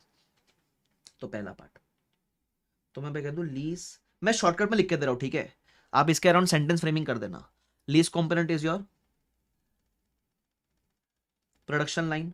अच्छा आपको एसएसपी चाहिए प्रोडक्शन लाइन की, एसएसपी भी निकाल दूं क्या इधर बाजू में, इसकी एसएसपी कितनी है, अपन पर मंथ बेसिस पे ले लेते हैं फिलहाल के लिए, ठीक है. तो बोलते हैं 60 लाख्स, नहीं प्रोडक्शन लाइन का, हाँ 60 लाख्स पर मंथ ही है ना, 60 लाख्स पर मंथ.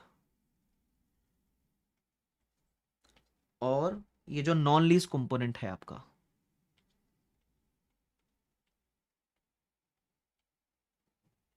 क्या था वो, जॉब वर्क. मैं जॉब वर्क बोलूं, जॉब वर्क सुनने में अच्छा लगता है. इसकी एसएसपी भी आप चाहो तो दे दो. It is 195 per unit, but हम पर मंथ में, अगर आप ध्यान से देखो क्वेश्चन में क्या बोला हुआ है, you manufacture 1 lakh minimum per month. In substance में उतना ही लेते हैं हम, तो हम उतना ही वैल्यू कंसिडर करेंगे. तो 195 इंटू 1 लाख यूनिट्स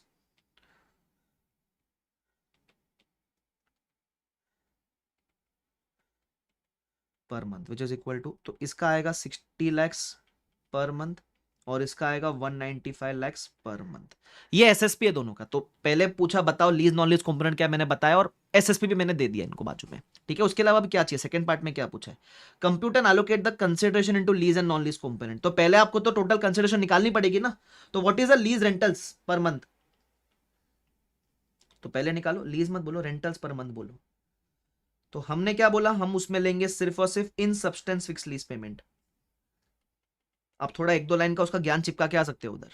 तो कितना रहेगा, इन सब्सटेंस फिक्स लीज पेमेंट आप बनाओगे 240 रुपीज पर यूनिट के हिसाब से, rupees 240 per unit into 1 lakh units. तो it will be how much, rupees 240 lakh, but ये भी अगेन पर मंथ है बिकॉज आप यूनिट्स बनाओगे पर मंथ, ठीक है. आप चाहो तो एनुअली भी निकाल सकते हो. ओके एनीवेज, अब बाइफर्केशन चाहिए आपको. तो इसमें आप बाइफर्केट करोगे 2,40,000 को between lease component and non lease component, बराबर. तो पहले आप एसएसपी निकालो. एसएसपी लीज की है 60 लाख पर मंथ और नॉन लीज की है 195 लाख पर मंथ. अब एलोकेशन करो. अब इन्होंने एलोकेशन भी है ना कुछ परसेंटेज निकाल के किया हुआ है, मैं डायरेक्टली कर रहा हूं, ठीक है. उन्होंने परसेंटेज किया हुआ है, भगवान जाने को क्या मजा आता है सब अलग अलग करने में. देख लो इधर, तो आप बोलोगे 60 lakhs into, sorry 240 lakhs into 60 divide by total of the SSPs that is 255. तो अगर आप निकालोगे तो it comes to approximately 240 into 60 divide by 255 which gives me 56.47 lakhs, ठीक है. और इसका भी आप निकाल सकते हो 240 इंटू 195 डिवाइड बाय 255. इन्होंने ना परसेंटेज निकाला हुआ, परसेंटेज के बेस पे एलोकेट किया हुआ है, तो थोड़ा पॉइंट का फर्क आ रहा है. It is okay, that is fine. 240 into 195 divide by 255 which gives मी 183.53. ये आपकी एलोकेशन आ गई. अब करना क्या है, चलो ये एलोकेशन मांगी थी मैंने दे दी, मेरा second part is over. Third part क्या बोलता है, compute the lease liability. Compute बोला है ना तो ज्ञान मत देना, जब कंप्यूट बोला तो डायरेक्टली दे देना कंप्यूटेशन.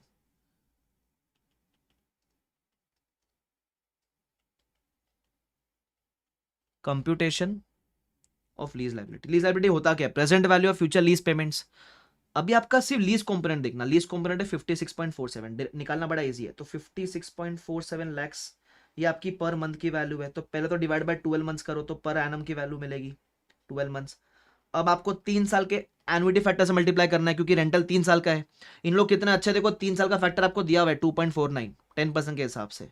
देवता लोग है भाई, देवता लोग बोलेंगे सर ऐसा देवता हमको नहीं चाहिए. ऐसा ऐसा क्वेश्चन पूछते हैं. चलो 56.47 into 12 into 2.49 which is equal to 1687.32 3236 जो भी है, ठीक है, तो ये मांगा था थर्ड पार्ट में। फोर्थ पार्ट में क्या है, determine recognition treatment of lease component and non lease component. तो ये जो लीज कंपोनेंट है इसका आप क्या करोगे, इसका आप आरओयू और एलएल बुक करोगे। आरओयू मतलब right of use asset and lease liability. इसका क्या करोगे, नॉन लीज कंपोनेंट का। ये तो नॉर्मल एक्सपेंस की अकाउंटिंग होगी, जब जब इंकर करोगे तब तक आप प्रॉफिट लॉस में ट्रांसफर करते हुए चलोगे। तो फोर्थ पार्ट चलो मैं दे ही देता हूं इधर, अकाउंटिंग ट्रीटमेंट। बराबर, सबसे पहले जो लीज कंपोनेंट है मैं बोल दूं, you will book ROU and lease liability. और नॉन लीज कंपोनेंट है transfer to PnL as and when incurred, as and when incurred. Clear, ये आपका क्वेश्चन नंबर 3 है, खत्म हो गया भाई। डन डन डन डन, आगे बढ़ो। उसके बाद क्वेश्चन नंबर 3B। ये भाई सिंपल क्वेश्चन है, ये तो ये मैनेजेबल क्वेश्चन था। ठीक है, पूछा क्या देख लो, ये 105 का क्वेश्चन है, इंडेक्स 105। ऐसा सिमिलर क्वेश्चन है भी तुम्हारे मॉड्यूल में, इधर देख लो क्या बोलता है। वो फॉलोइंग डेट्स दिया हुआ है 31 मार्च 12/23 का। फिर क्या बोलता है, तुमको है ना 2 कैरिंग अमाउंट दिया हुआ है, ध्यान से पढ़ो, वर्डिंग्स पढ़ो। Carrying amount at the reporting date before classification as held for sale, carrying amount as remeasured immediately before classification held for sale. हमारे लिए ये कैरिंग अमाउंट रेलिवेंट होती है। पहले दिया हुआ है कैरिंग अमाउंट, मतलब जिस साल में आप हेल्ड फॉर सेल में गए उसके पहले वाले ईयर की कैरिंग अमाउंट दिया हुआ है, और जिस दिन आप हेल्ड फॉर सेल में जा रहे हो उसके इमीडिएटली पहले की कैरिंग अमाउंट दी हुई है। आपके लिए ये रेलिवेंट है। इसका पहले टोटल निकालो आप, टोटल कैरिंग अमाउंट। तो ये आपके लिए काम की नहीं है, ठीक है, ये आपके लिए काम की नहीं है। तो आप टोटल निकालोगे 7,50,000 plus 20 plus 28 lakh 50 plus 11 lakh plus 7,50,000 which comes to 74,50,000। ये आपकी कैरिंग अमाउंट हो गई। अब आपकी एफईएलसीटीएस कितनी इन्होंने दी हुई है, एफईएलसीटीएस है 65 लाख। तो आप किस पे वैल्यू करते हैं दोनों में से, विच एवर इज लोअर। तो आप 65 पे वैल्यू करोगे तो इंपेयरमेंट लॉस आएगा आपको 105 वाला। चलो लॉस निकालो फटाफट से, 9,50,000 का आपको लॉस आ गया। अब कुछ नहीं यार, बांटना है लॉस को। तो लॉस को कैसे बांटते हैं अपन, सबसे पहले आप गुडविल के अंदर बांटोगे, बराबर। और बाकी जो 2 लाख बचता है, 9,50,000 में से 7.5 गुडविल में गया, बाकी जो 2 लाख बचता है वो आपके जो भी 105 के स्कोप में आते हैं उसमें बटेंगे। तो पीपी उसके स्कोप में आता है, यस। बिल्डिंग आता है, यस। इन्वेस्टमेंट इन इक्विटी नहीं आता है, इन्वेंट्री भी नहीं आता है। तो ये दो में आप बाकी 2 लाख बांट देना in the ratio of carrying amount. अब मैं वो टाइम पास नहीं कर रहा हूं बांटने में, तुमको आता है ना, इतना इतना तो कर सकते थे ना भाई। और उसके बाद ये बांटने के बाद रिवाइज कैरिंग अमाउंट निकाल लो, गुडविल आपका निल हो जाएगा। ये 2 लाख 20 में से जो भी एलोकेट किया वो माइनस करने का जो कैरिंग अमाउंट है वो निकाल देना, सिंपल, और कुछ नहीं इसके अंदर। Is this clear to everyone, खत्म। तो ऐसा स्मॉल स्मॉल क्वेश्चन भी मैं चाहूँ तो यहाँ डिस्कस कर लूंगा फटाफट से। आगे क्वेश्चन नंबर 3C, ये आपके इंड AS 21 का क्वेश्चन है। ठीक है, ये सेम क्वेश्चन आपके किताब में भी है, बट मैं डिस्कस करता हूं क्योंकि इसमें आप गलती क्या करोगे बताऊंगा मैं आपको क्या बोलता है। मैं शॉर्ट में बताता हूं, 2 कंपनी है N और H, ठीक है, जिसमें N पेरेंट है, इट हैज, वो N की एक होल्ली ओन सब्सिडरी है, H मतलब S सब्सिडरी हो गया, N पेरेंट हो गया, ठीक है। ओके, अब अगर नीचे आप आओगे तो क्या बोलता है, N पेरेंट था ना, तो पेरेंट ने बेचा सब्सिडरी को गुड्स फॉर €24 lakhs, ठीक है, ऑन 1 Feb 23। इसकी कॉस्ट वगैरह दे रखी है आपको 1,660 lakhs रुपीज में, ठीक है।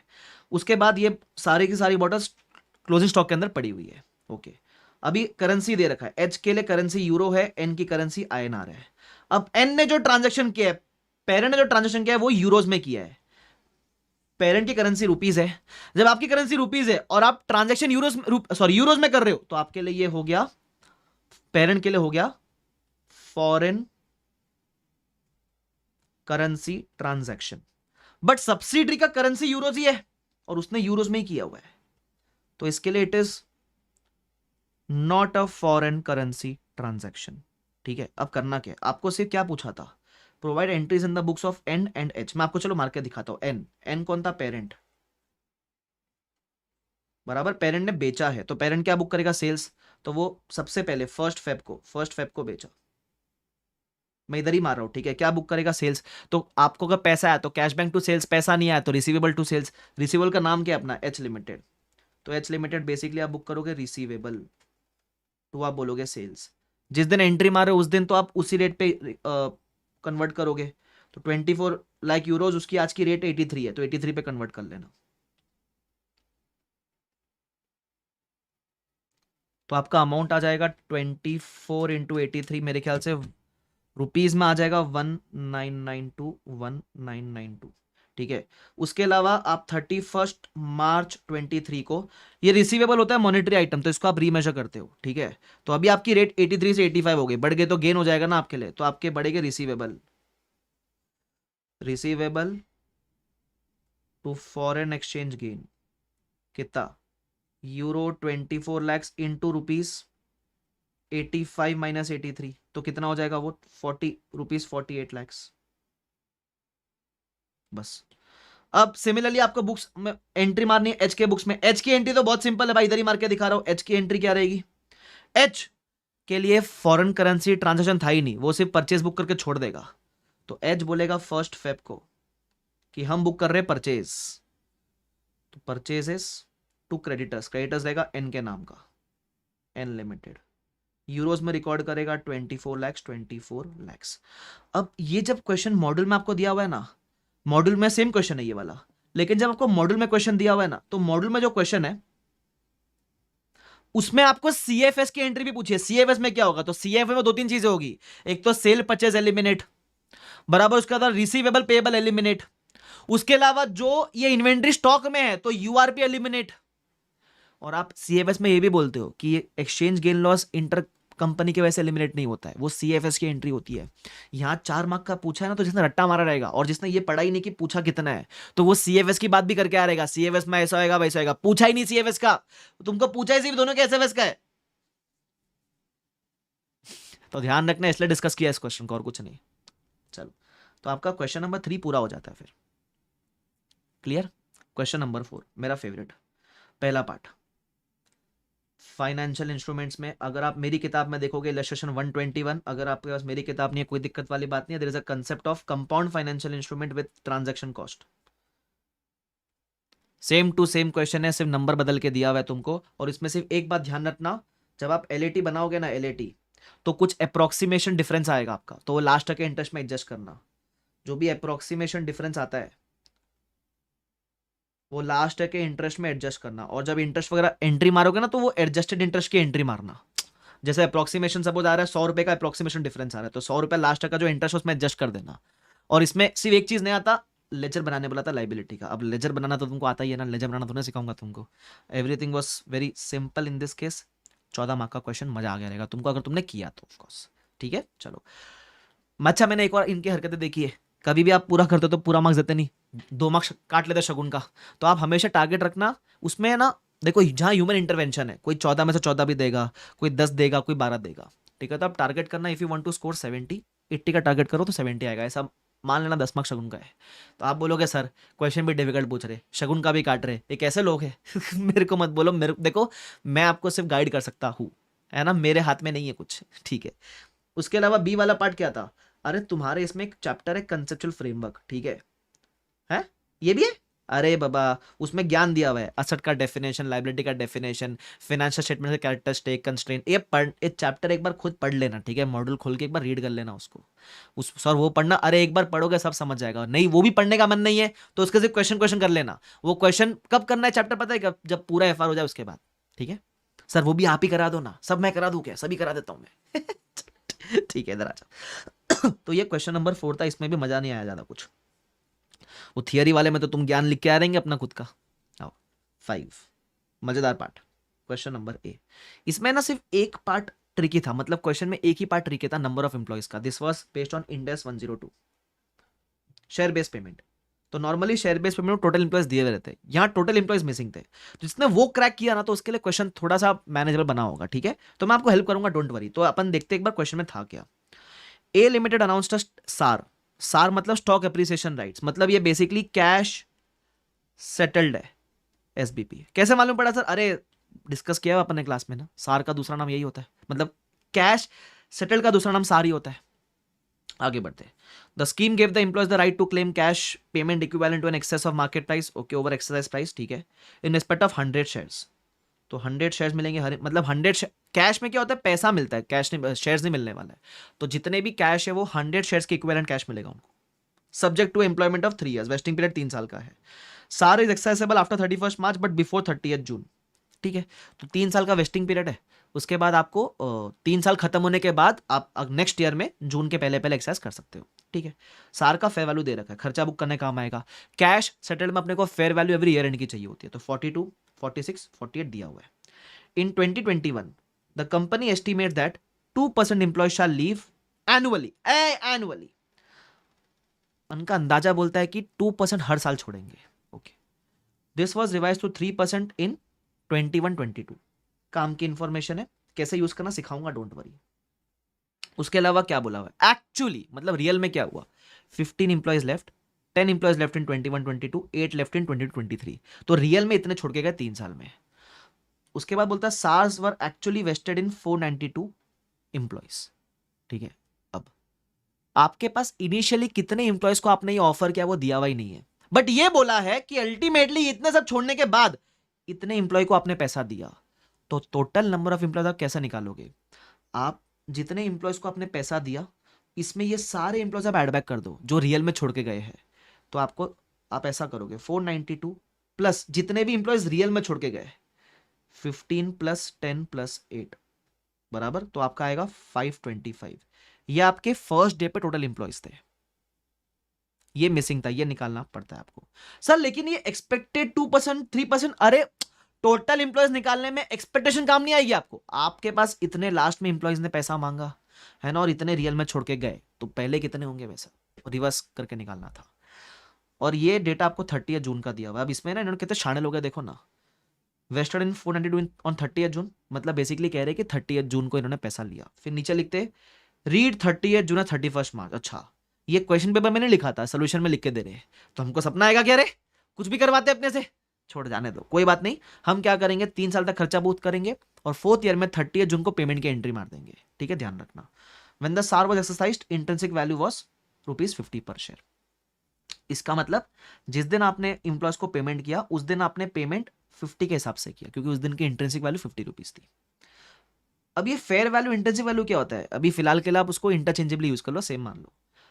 Compute by fair value method, SAR expense 4 साल के एक्सपेंस मांगे 2021, 21, 22, 22, 23, 23, 24। सर लेकिन वेस्टिंग पीरियड 3 साल ही था, वो लास्ट ईयर में जो भी फेयर वैल्यू का चेंजेस हुआ है ना उसका आपको इफेक्ट लेना पड़ेगा, सिखाता हूं, don't worry. Also provide SAR ledger from inception till closure. ये लेजर बड़ा मांग रहे हैं आजकल, हाँ लेजर से बड़ा लगाव हो गया इनको। तो एक बार आपको अमाउंट मिल गया, लेजर बनाना ईजी है, लेजर भी दिखाता हूं मैं आपको कैसा बनाया हुआ है। Discuss whether this account is in nature of liability और इक्विटी।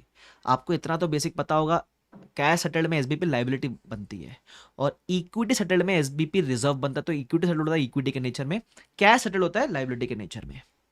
ठीक है, चलो सर सॉल्व कराओ क्वेश्चन, आओ सॉल्व करवाता हूं, इधर आ जाओ। This is question number 5A ना, 5A।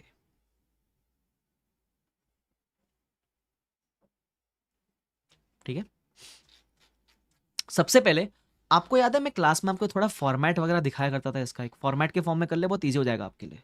सबसे पहले मैं बोलता हूँ टोटल नंबर ऑफ एम्प्लॉयज कितने थे,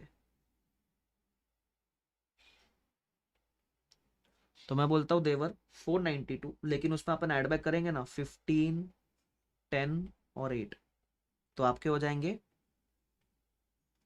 525 एम्प्लॉयज, टोटल एम्प्लॉयज ही हो जाएंगे आपके। ठीक है, अब अपन बनाएंगे वो पर्टिकुलर्स। ठीक है, अब अपने को 3 साल का वेस्टिंग पीरियड और 4th ईयर में एक्सरसाइज है, तो अपन 4 साल के कॉलम बना लेंगे 2021, 21, 22, 22, 23 एंड 23, 24। ऐसे कॉलम बनाए मैंने बढ़िया बढ़िया 4 सालों के। ठीक है, अब इसमें सबसे पहले अपन इसमें पता है पर्टिकुलर्स में क्या लिखते थे, जो अपना फॉर्मूला होता है ना खर्चा निकालने का, वो फॉर्मूला पूरा निकाल के आ जाने का इधर। सबसे पहले बोलने का नंबर ऑफ एम्प्लॉयज बराबर, चलो नंबर ऑफ एम्प्लॉयज निकालते हैं। फर्स्ट ईयर में एम्प्लॉयज कितने होंगे, आपको चाहिए तो आप पहले वीडियो पॉज कर लो, खुद ट्राई करो फिर देख लो। ठीक है, किया पॉज, खुद ट्राई किया है, आ जाओ इधर, कैसे करेंगे सुनो। सबसे पहले टोटल एम्प्लॉयज कितने थे 525, तो मैं बोलूंगा 525 एम्प्लॉयज। अब इसमें से माइनस करो ईयर 1 में रियल में कितने छोड़ के गए, तो ईयर 1 में छोड़ के गए 15, ये माइनस करेंगे। सर ये भी सब माइनस कर दे क्या, अबे ये जितने रियल में छोड़े वो तो आपको बाद में मालूम पड़ेगा ना। ईयर 1 में आपके पास ये वाला डेटा है 15 वाला, मैं बोलूंगा जो एक्चुअली लेफ्ट इन ईयर 1 15 है ना, मैं बोल दूं लेफ्ट इन ईयर 1। उसके अलावा अब ईयर 2 और ईयर 3 में कितने रियल में छोड़े वो तो डेटा नहीं है हमारे पास पहले या साल में, लेकिन हमारा एस्टिमेट तो है ना, वो बोलता है 2% will leave annually. First year में 15 छोड़े और हम मानते हैं कि बाकी 2 सालों में 2% और छोड़ेंगे, तो कैसे निकालेंगे सुनो। ये आपका आ गया इंटू 0.98, ये हमारा एस्टिमेट है of living in year 2, estimate of employ left in year 2, और ये बोलूंगा वापस एक बार 0.98 करना बिकॉज ये हमारा क्या होगा, estimate of employ left in year 3। Sir 2 बार क्यों किया, दोबारा वापस से बताओ सर। सिंपल है, देखो 3 साल का वेस्टिंग पीरियड है, ईयर 1 का अपने पास रियल डेटा है, तो ईयर 2 और ईयर 3 का अपन एस्टिमेटेड डेटा लेंगे। अच्छा एक और डेटा था ना कि ईयर हमारा एस्टिमेट 3% हो गया अगले साल जाकर, वो नेक्स्ट ईयर हुआ ना, करंट ईयर में हमको लगता है कि 2% छोड़ेंगे हर साल, तो हमने वो डेटा यूज किया है। आप समझ में आया सर? आओ देखो टेंशन लेने का नहीं ज्यादा, ठीक है। माइनस पहले 15 माइनस करो इंटू 0.98 इंटू 0.98, अब आंसर पॉइंट में आएगा आपका 498.80 आएगा। अब इंप्लॉइज को थोड़ी ना पॉइंट में लेंगे, थोड़ी ना बोलेंगे एक इंप्लॉय को काट के लेंगे थोड़ा, अरे क्रॉस लो पूरा 490, तो आपने ले लिया बढ़िया बढ़िया 490, ठीक है। अब बड़ा सिंपल हो जाएगा आपके लिए। तो फॉर्मूला अगर आपको याद आएगा तो ऐसा होता है, number of employees into number of options into fair value. अगर इक्विटी सेटल्ड होता तो अपन लेते हैं fair value on grant date, अगर कैश सेटल्ड है तो अपन लेते हैं fair value on each year end. तो अपन लेंगे फेयर वैल्यू ईयर एंड का बराबर, फिर अपना आता है एक्सपायर्ड पीरियड बराबर, अपना आएगा एक्सपायर्ड पीरियड, और उसके अलावा अपना आएगा टोटल वेस्टिंग पीरियड, और आखिर में अपन निकालेंगे expense to be recognised each year बराबर। तो चलो नंबर ऑफ ऑप्शंस कितने थे, बोलो ना हर एम्प्लॉय को 100 ऑप्शन मिलेगा। फेयर वैल्यू फर्स्ट ईयर में आप देखोगे तो 42 है, एक्सपायर्ड पीरियड 1, वेस्टिंग पीरियड 3, निकालो खर्चा। तो कैसे निकालोगे, आप बोलोगे 490 इंटू 42 इंटू 1, सॉरी 490 इंटू 100 कौन करेगा, into number of options into fair value into expired divide by total vesting, करो फटाफट। तो हम बोलेंगे 490 into 100 into 42 divide by 3 which comes to 6,86,000। मजा ही आ गया, मजा आ गया मजा, ठीक है।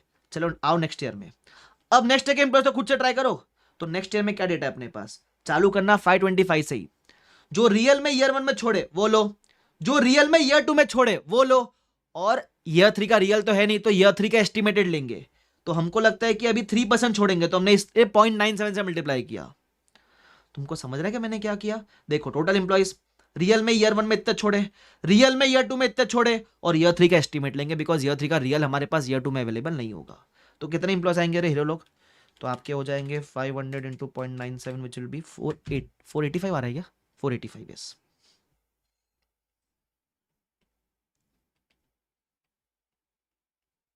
नंबर ऑफ ऑप्शंस कितने 100, फेयर वैल्यू सेकेंड ईयर में 46 हो गया, ठीक है, क्वेश्चन में दिया हुआ है वो।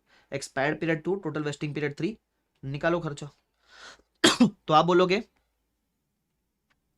485 इंटू 100 इंटू 46 इंटू 2/3 माइनस जो अपन ऑलरेडी बुक कर चुके, minus 6,86,000, 485 into 100 into 46 into 2 divide by 3 minus 6,86,000। जब भी आंसर पॉइंट में ऐसा लगता है रॉन्ग आया रहेगा लेकिन राइट है वो 801,333, ऐसा लगता है ना पॉइंट में आंसर आया तो है राइट किया है कि नहीं किया है। चलो ठीक है, थर्ड ईयर में आ जाओ। अभी थर्ड ईयर में तो अपने पास रियल डेटा है ना, कि रियल में 492 ही बचे हैं ना, कैसे, अरे अपने पास 525 में से 15 लेफ्ट, 10 लेफ्ट एंड 8 लेफ्ट, तो बचा 492, फिर बाकी सेम है। Number of options, fair value 48 हो गया, 3 3, निकालो खर्चा चलो। तो आप बोलोगे 492 इंटू 100 इंटू इंटू पिंटू चिंटू 48 इंटू 3/3 माइनस 6,86,000 माइनस 801,333। तो कितना आएगा रे खर्चा आपका, 492 into 100 into 48 into 2 divide by 3 minus 6,86,000 minus 801,333 which is equal to 87067, 87067। ये आप हर साल खर्चा बुक करोगे, ठीक है। तो अगर आप देखोगे टोटल खर्चा आपने कितना बुक किया है, 6,86,000 प्लस 801,333 प्लस 87, मैंने कुछ मिस आउट किया गया एक नंबर, 874267 है ना, ये मैंने गलत लिखा, सॉरी, 874267 74267। तो आपने खर्चा बुक किया है 2361,600 का, आपने खर्चा बुक किया है 2361,600, इतना आपने खर्चा बुक किया है। लेकिन अब अल्टीमेटली आप जाके पेमेंट कितना करोगे ये देखते हैं। तो पेमेंट के लिए अपन पकड़ेंगे 492 एम्प्लॉयज को 100, जिस दिन पेमेंट करो उस दिन वैल्यू क्या हो गई थी रे, 30 जून को पेमेंट किया, सार की वैल्यू 50 थी, तो पेमेंट करना पड़ेगा एज पर 50, ठीक है। 3 तो हो चुका, वो खत्म। अब अगर आप ध्यान से देखोगे, मैं ना एक एंट्री मार के दिखाता हूं आपको, सुनो मेरी बात, पेमेंट की एंट्री दिखाऊंगा ना आपको इजीली समझ जाएगा। सुनो, जितना आपने एसबीपी लायबिलिटी बुक किया था पहले वो रिवर्स होएगा, ठीक है। जर्नल एंट्री ऑन 30th जून, तो आप एसबीपी लायबिलिटी करोगे रिवर्स, कितना था 2361,600 दिखाया था ना आपको। लेकिन आप पेमेंट कितना करोगे कैश बैंक का, तो आप बोलोगे भाई पेमेंट तो करना पड़ेगा, देखो ना ऊपर 492 एम्प्लॉयज है, इंटू 100 इंटू 50, आपको पेमेंट करना पड़ेगा 24,60,000 का, एक्स्ट्रा पेमेंट कर रहे हो ना। अब डिफरेंस कहां जाएगा, पहले बताओ, डिफरेंस डेबिट साइड में आ रहा है ना, कितना आ रहा है डिफरेंस, -2361,600, तो 98,400 का डिफरेंस आ रहा है। डिफरेंस आ रहा है आपको 98,400 का। अब ये डिफरेंस को मैं कहां ट्रांसफर करूंगा, देखो अगर ये एसबीपी रिजर्व होता ना तो हम क्या करते, हम इसको रिटेन अर्निंग्स में ट्रांसफर करते हैं, लेकिन एसबीपी लाइबिलिटी है तो उसमें जो भी एक्सेस या कम जो ज़्यादा आता है वो हम पीएनएल से एडजस्ट करते हैं। तो आप बोलोगे PNL basically employ benefit expense, आप एडजस्ट करोगे इसको ऐसा। I hope this is clear to everyone, ठीक है। तो ये आपका लास्ट ईयर में इतना आपको और करना पड़ेगा 98,400। अब है ना, मैं लेजर बना नहीं रहा हूं आपको, मैं लेजर दिखा दूं, है ना, इधर आओ नीचे,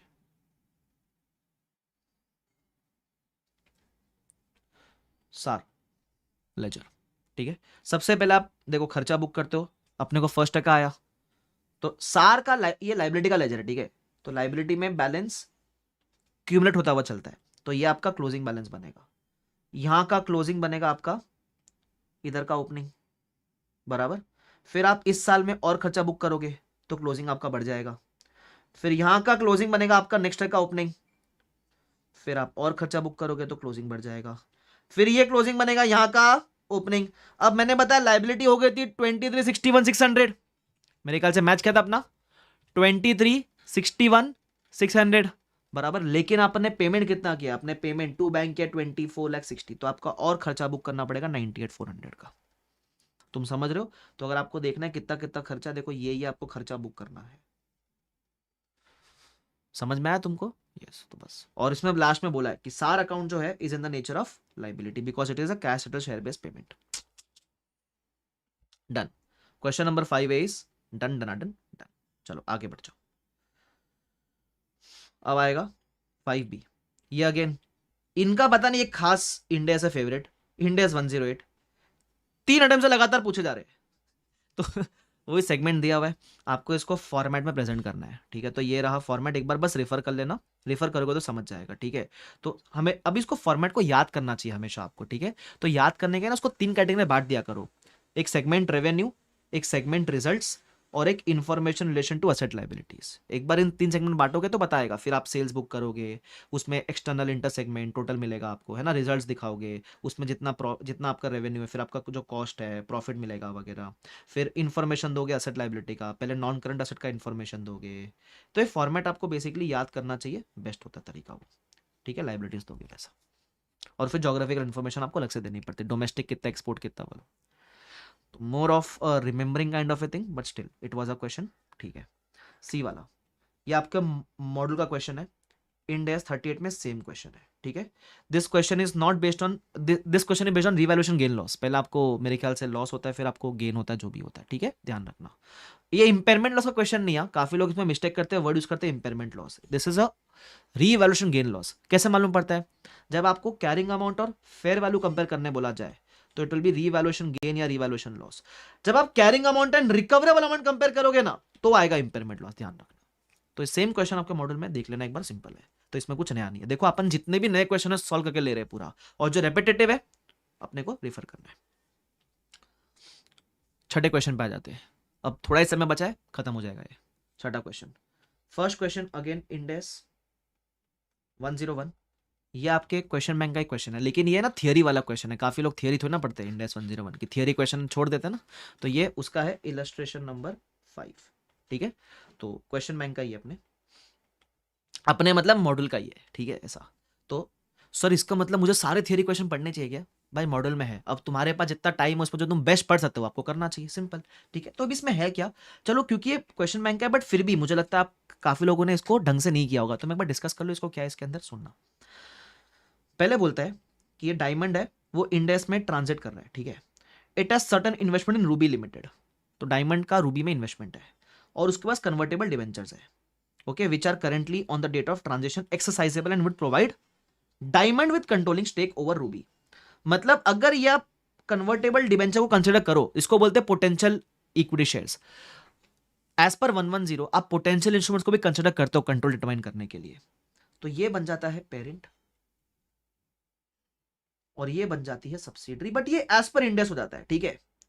diamond Limited evaluated that Ruby should be treated as subsidiary under Ind AS, hence it would require to consolidate. Ruby was not considered subsidiary under previous gap.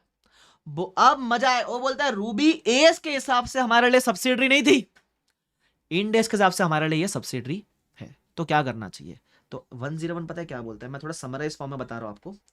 101 बोलता है अगर कोई ऐसी सब्सिडरी है जो एएस में आप जिसके साथ सीएफएस नहीं बना रहे थे क्योंकि सब्सिडरी नहीं थी, बट इंडेस में आपके साथ वो सब्सिडरी है, तो आपको सीएफएस बनाना पड़ेगा। तो आप अब सीएफएस कैसे बनाओगे? तो आपको इस सब्सिडरी को चुपके से कान में जाके बोलने का कि ये सब्सिडरी तेरा जो एसएफएस है ना, पहले अपन सब्सिडरी का एसएफएस एज पर इंडेस कन्वर्ट करेंगे। सर लेकिन इंडेस तो पेरेंट को एप्लीकेबल हुआ है, for the purpose of CFS subsidiary को बोलेंगे भाई तुझे भी तेरा एसएफएस बनाना पड़ेगा एज पर इंडेस ना। तो पहले सब्सिडरी को बोलेंगे तू बना रहा है एज पर इंडेस, और फिर इसके इंडेस के हम बैलेंस शीट को हम क्या करेंगे, पेरेंट इसको कंसोलिडेट कर लेगा with its own balance sheet. तो अब ऐसा मान लो आप यहां फर्स्ट टाइम बना रहे हो सीएफएस, तो फर्स्ट टाइम सीएफएस बनाओगे तो गुडविल भी आएगा ना, तो अब गुडविल कैसे निकालेंगे? सब्सिडरी के जो भी एज पर इंडेस आईएनए आता है उसको आप कंपेयर करोगे जो आपकी कॉस्ट ऑफ इन्वेस्टमेंट है। आपने अपने एसएफएस में इन्वेस्टमेंट दिखा रखा होगा ना कितने में खरीदा ये, तो जो आपका आईएनए आएगा सब्सिडरी का minus the cost of investment, इसको वो प्यार से बोलता है डीम्ड गुडविल, ऐसा। तो ये इसका समरी फॉर्म था। अब आप एक बार पढ़ लोगे ना आपको सब समझ जाएगा, मजा आ जाएगा, मजा आ जाएगा, ठीक है ठीक है, चलो आ जाओ। तो ये था पहला question. B part again financial instruments, a question which is already there but still I will discuss it. बोलता है पुअर लिमिटेड, लगता है मेरी बात कर रहे हैं, गरीब आदमी, poor people, hungry people. Poor limited borrowed 120 lakhs from a scheduled bank. The terms of the loan are as under, rate of interest at 10% per annum payable yearly, okay, tenure 12 years है, principal to be repaid at the end of 10 year। अगर आप ध्यान से देखो इस question में ना कोई रिलेशनशिप है, ना कोई सीएफआई है, ना कोई ट्रांजैक्शन कॉस्ट है, ना कोई प्रीमियम है, ना कोई डिस्काउंट है। जब ये सब ना प्रीमियम ना डिस्काउंट ना कुछ भी नहीं होता है ना, तो आपका कूपन ये आपका ईआर होता है, इफेक्टिव इंटरेस्ट रेट, ठीक है। आगे, poor defaulted in the payment of interest in year 5, 6, 7, 8। तो वो ईयर 5 से डिफॉल्ट करना शुरू किया, ये ध्यान रखना बस, ठीक है। फिर बोलता है लोन रिस्केड्यूल हुआ 9th ईयर के एंड पे, और as per the agreement Poor is required to pay 220 lakhs at the end of year 10th। ये बेसिकली आपका रिस्केड्यूलिंग हुआ है, इसकी बातें अपन बाद में देखते हैं, छोड़ दो इसको। The default continue till the end of 10th year, मतलब आपने 4th ईयर तक पेमेंट किया इंटरेस्ट का, 5th ईयर से पेमेंट ही नहीं किया आपने, और फिर 10th ईयर में जाके एक लमसम पेमेंट करना पड़ा आपको। चाहता क्या है वो तुमसे? You are required to calculate as per relevant index book value of loan as on the end of year 10th। तो चलो अपन तो सब कुछ करते हैं from steps point of view, financial instrument में स्टेप करवाऊंगा, बड़ा इजी है। आगे क्या बोलता है? Additional amount to be paid to the bank on account of rescheduling, ये भी निकाल के बताओ, ठीक है। Assuming interest is compounded in the case of default. आ जाओ मैं सिखाता हूं आपको कैसे करते हैं इसको। क्वेश्चन नंबर 6 भी है ना? क्वेश्चन नंबर 6 बी है मेरे हिसाब से, राइट? आ जाओ। सबसे पहले स्टेप नंबर 1 हम बनाते हैं कैश फ्लोस। ये आपके लिए फाइनेंशियल लायबिलिटी, ध्यान रखना, ठीक है। तो इसमें सबसे पहले ईयर 0 में कैश फ्लो कितना आएगा आपके पास? 120 लाख का इनफ्लो आएगा आपके पास। फिर आपको ईयर 1 से लेकर ईयर 12 तक 10%, that is 12 lakhs per annum का आउटफ्लो करना पड़ेगा इंटरेस्ट का, कूपन इंटरेस्ट का। और 12th ईयर के एंड पे आपको भरना पड़ेगा 120 lakhs for outflow of principal. देखो डिफॉल्ट होएगा, हमको ये फर्स्ट डे पे तो नहीं पता ना, तो फर्स्ट डे पे तो अपने ये कैश फ्लोज है, ठीक है। अब स्टेप नंबर 2 अपन निकालते हैं फेयर वैल्यू। जब मैंने आपको सिखाया था ना कोई सीएफ है, ना कोई रिलेशनशिप, ना कोई लेवल 1 इनपुट, तो आप फेयर वैल्यू अज्यूम कर सकते हो। Fair value of financial liability, fair value will be equal to transaction price that is equal to 120 lakhs. Very good. Step 3, अब कोई डिफरेंस ही नहीं है, तो स्टेप 3 आपका डायरेक्टली ईआईआर रहेगा। यहाँ ईआईआर और कूपन सेम है, क्योंकि ना कोई प्रीमियम, ना कोई डिस्काउंट, ना कोई ट्रांजेक्शन कॉस्ट। फिर आपका आएगा स्टेप 4, आप बना दो एलएटी। अब एलएटी बनाते बनाते आपको आंसर ऑटोमेटिकली आ जाएगा, है आ जाएगा सर, देख लेना आप। सबसे पहले आप बनाओगे ईयर 1 2 3 4 5 6 7 8 9 10th, है ना? ठीक है सर, लोन तो 12 ईयर्स का था। अरे 10th तक ही बनाओ, आपने को ये तो पता ना 10th में वो रीपेमेंट हो जाएगा। ठीक है, आगे ओपनिंग 120 लोगे। अब आपका इंटरेस्ट भी 10% है, और पहले 4 साल में तो आपने रीपेमेंट भी तमीज से किया हुआ है, तो इंटरेस्ट भी 12 होगा, रीपेमेंट भी 12 होगा, क्लोजिंग आएगा 120। अब ये कहानी आपकी चलेगी पूरी की पूरी 4 साल तक, ठीक है। ये चला 2nd ईयर में, ये चला 3rd ईयर में, और ये चला 4th ईयर में। सर हमको भी अच्छी टेक्नोलॉजी सीए बनने के बाद मिल जाएगी, ठीक है। 4th तक चला। अब 5th ईयर से डिफॉल्ट मानना शुरू किया। ये मैं नहीं कहता, वो खुद ही बोल रहे, मैं नहीं बोल रहा हूं, हाँ मेरे को मत बोलना। तो उन लोग खुद ही बोल रहे कि अब डिफॉल्ट, तो इंटरेस्ट तो लगेगा, लेकिन वो रीपेमेंट नहीं कर पाएगा बेचारा। तो कितना हो गया? 132। फिर यहाँ ओपनिंग 132, वो उन्होंने बोला इंटरेस्ट पे इंटरेस्ट लगेगा, कंपाउंडिंग करना है बोला हुआ उन्होंने क्वेश्चन के अंदर। तो अब इस पे लगेगा 13.2 का इंटरेस्ट डैश। तो अब आप मुझे कैलसी यूज करना पड़ेगा। 132 प्लस 10% विल गिव मी 145.2। फिर इधर आएगा 145.2, अब इस पे लगेगा 10%, तो इधर आएगा 14.52। इंटरेस्ट तो अभी भी नहीं भर पाएगा वो, 159.72। कब तक? 10th ईयर तक का निकालने बोला है, तो मैं बोलूंगा आगे 159.72 प्लस 10%, तो कितना आएगा? 175.69। अच्छा 159 15.97 इंटू 10%, यह आएगा 17.57। मैं अप्रोक्सीमेटली 2 डेसिमल ले रहा हूं, ठीक है, यहां भी कुछ नहीं कर रहा है, प्लस 193.2612। फिर इधर आएगा 193.2612 इंटरेस्ट इंटू 10%, तो आएगा 119.33। यह आएगा 212.587, ठीक है। ये आपका हो गया carrying amount of financial liability. अब इसी दिन पे आप रीपेमेंट करके नक्की कर रहे हो। सबसे पहले ये पूछा था ना आपको कि what is the carrying amount of old loan, ये आपका पार्ट ए हो गया।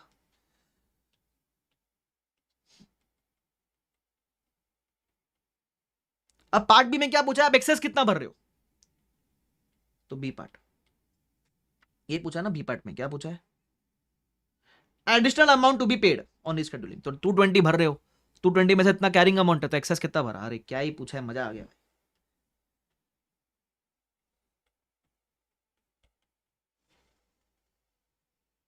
$220 माइनस 212.587। बोलना मत 220 कहां से आया, क्वेश्चन में बोला मैंने 220 भरेगा वो। 7.413 अप्रोक्स ले सकते हो आप। धिनक दिन धिनक दिन। हाँ चलो आगे बढ़ो। सी पार्ट ये भी किताब में है, ये मेरे सॉल्व एग्जांपल के फॉर्मेट में है शायद क्वेश्चन। पीपी इंडेक्स 16, ये सॉल्ड एग्जाम्पल 1 अगर आप देखोगे ना मेरे क्वेश्चन बैंक का जब खत्म होता है तो सॉल्ड एग्जाम्पल 1 है, उसमें है ये। बट अगर आपने वो नहीं भी करेगा तो भी लॉजिकली हो जाएगा। क्या बोलता है सुनो, shipping company is required by law to bring its ship into dock for every 5 years। हर 5 साल में डॉक में लाना है आपको for a major inspection and overall. आपको याद है इस पे मैंने क्या सिखाया था कि जब इंस्पेक्शन करना होता है तो हम मानते हैं डे 1 की टोटल वैल्यू में इंस्पेक्शन का खर्चा already included and will apply component accounting. ठीक है, आगे फिर ज्ञान दिया हुआ है overall expenditure might first seem to be repair blah blah blah blah. A ship that cost 40 CR with 20-year life must have a overhaul every 5 years। ठीक है, the estimated cost of the first overhaul is 10 crores। तो हम मानते हैं कि ये जो value दिया हुआ है ये डे 1 के वैल्यू के हिसाब से दिया हुआ है। ठीक है, मतलब इसका प्रेजेंट वैल्यू मत निकालना। क्यों?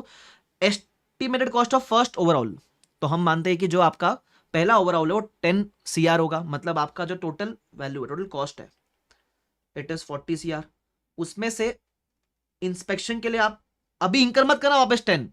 हम मानते हैं डे 1 पर जब असट आया रहेगा तो इंस्पेक्ट होके आया रहेगा, तो इसमें 10 CR की वैल्यू आपने पे की होगी फॉर इंस्पेक्शन और बाकी 30 CR आपने पे किया होगा फॉर दी शिप। ठीक है, अब इस 10 CR की लाइफ कितनी है? इसकी लाइफ है 5 years और इसकी लाइफ कितनी है? 20 years बोला गया है। ठीक है, 20 years। क्या बोलता है? Calculate depreciation for the first 5 years। अब ध्यान से सुनो, थोड़ी बुद्धि लगाओ, पहले 5 साल का डिप्रिसिएशन चाहिए। तो मैं बोलूं 5 साल में तो ये इंस्पेक्शन पूरा का पूरा नलिफ राइट ऑफ हो चुका रहेगा। तो डेप्रिसिएशन इंस्पेक्शन वाले केस में will be for 5 years full 10 CR plus ये 30 करोड़ पे इसकी लाइफ 20 years थी, तो 5 साल का डेप कितना होगा? चलो मैं निकाल के दिखाता हूं ना। 5 years डेप्रिसिएशन, तो इसमें तो पूरा 10 CR होगा और इसका कितना होगा? 30 इंटू 5 डिवाइड बाय 20 कितना आएगा? 7.5। अरे बाबा बेसिक मैथ्स, 30 इंटू 5 बाय 20, क्योंकि हमको 5 साल का डेप्रिसिएशन चाहिए। तो कितना हो गया आपका? 7.5। टोटल कितना हो गया? 17.5 CR आपका हो गया डेप्रिसिएशन। उसके अलावा बोला carrying amount at the end of year 5। Inspection तो नील हो चुका है, carrying amount at the end of year 5 inspection हो चुका है नील, 10 CR माइनस 10 है ना। और ये कितना बचा? 30 माइनस 7.5, ये बचा है 22.5 CR। खत्म, खत्म बेटा खत्म। इधर देखो, शायद निकाल के दिया हुआ, दिखाओ आपको। फर्स्ट पार्ट था टोटल डेप्रिसिएशन 17.5 और carrying amount of the ship eight the end of 5th year 22.5। मजा आ गया सर, मजा आ गया। चलो आगे बढ़ सकते हैं, आगे बढ़ो सर। तो आपका सी पार्ट था, आखिरी क्वेश्चन पेपर का, फिर खत्म। क्या बोलता है? D, HG Incredibles has in recent past made a right issue in its offer document to its members that projected a surplus of 50 CR during the year ending 31st March 23। The draft for the year ended prepared on the high thereto, भाई क्या क्या word use करते हैं इन लोग, followed accounting policies and presented pursual of the board of directors showed a surplus of 5। क्या ज्ञान की बात है, मैं बताऊं जितना आपने ऊपर पढ़ा वो किसी काम का नहीं है। राइट इशू का बात किया, ये बात किया, सरप्लस का बात किया, ठीक है। The board in consultation with the MD decided on the following. अब 4 चीजें बोली है, चाहता क्या है वो तुमसे? Discuss as per above situation as per applicable Ind AS, particularly Ind AS 8। Ind AS 8 क्या है? Ind AS 8 is accounting policies, changes in accounting estimates and errors. ठीक है, whether the above are changes in accounting policies और changes in accounting estimates. ठीक है, तो इन्होंने ना, अब ये क्वेश्चन में थोड़ा सा दिक्कत है, देखते हैं क्या बोलता है। सबसे पहला बोलता है value at year end, sorry value year end inventory at works cost instead of method of valuation at prime cost. तो बोलता है आप इन्वेंट्री का जो मेथड है वैल्यू करने का वो चेंज कर रहे हो। बट यार एज पर इंड एस तो ये वर्क्स कॉस्ट प्राइम कॉस्ट कभी सुना ही नहीं हमने। हमने तो यही सुना या तो फीफो या फिर वेटेड एवरेज या फिर स्पेसिफिक आइडेंटिफिकेशन मेथड, हमने ये 3 ही सुना है। हमने तो ये वर्क्स कॉस्ट प्राइम कॉस्ट सुना ही नहीं है। ये सबसे बड़ी गलती है इनकी इस क्वेश्चन की। बट हम चलो मान लेते हैं नहीं होगा, तो जब ये बोल रहे कि इन्वेंट्री को वैल्यू करने का मेथड है तो होगा, हमको क्या दिक्कत है। तो आप बेसिकली ऐसा मान लो फीफो से जा रहे हो वेटेड एवरेज पे, ऐसे ही आप जाते हो वर्क्स कॉस्ट से प्राइम कॉस्ट पे। तो ये तो हमको इंड एस 8 ने सिखाया है कि ये चेंज इन अकाउंटिंग पॉलिसी होती है पहला। तो अगर आप देखोगे पहले ज्ञान दिया हुआ है, इसके बारे में मार्क किया हुआ बाद में, थोड़ा पहले ज्ञान लिखने का, ठीक है, कि एज पर इंड एस 2 आप कॉस्ट फॉर्मूला वगैरह यूज करते हो, change in formula as accounting policy.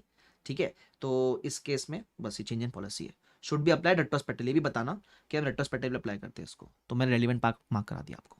ठीक है, आगे B part, not to provide for after sale expense during the warranty period. Till the last year, provision of 1% of sales used to be made under the concept of matching of cost against revenue, and actual expense used to be charged against provision. The board decided to account for expense as and when actually they are incurred. अब मेरी बात ध्यान से सुनना.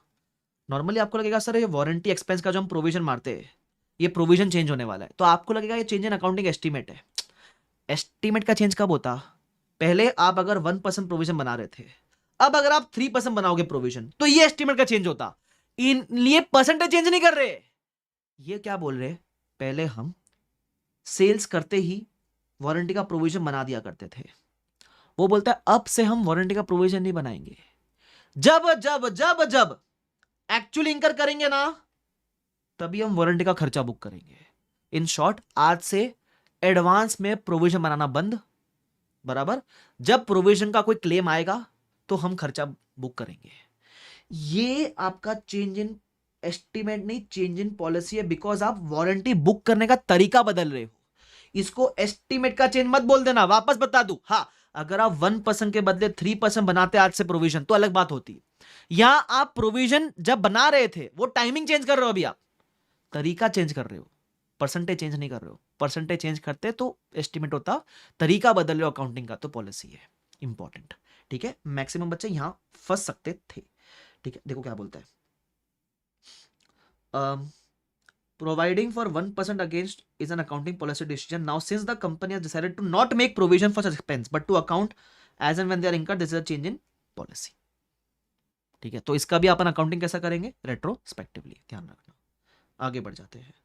Third part, depreciation का method change कर रहा है. ये अपन सीखे. डेप्रीसिएशन जब भी आप चेंज करते हो तो it is a change in accounting estimate. इस पर ज्यादा चर्चा करने की जरूरत नहीं है. ठीक है, ध्यान रखना.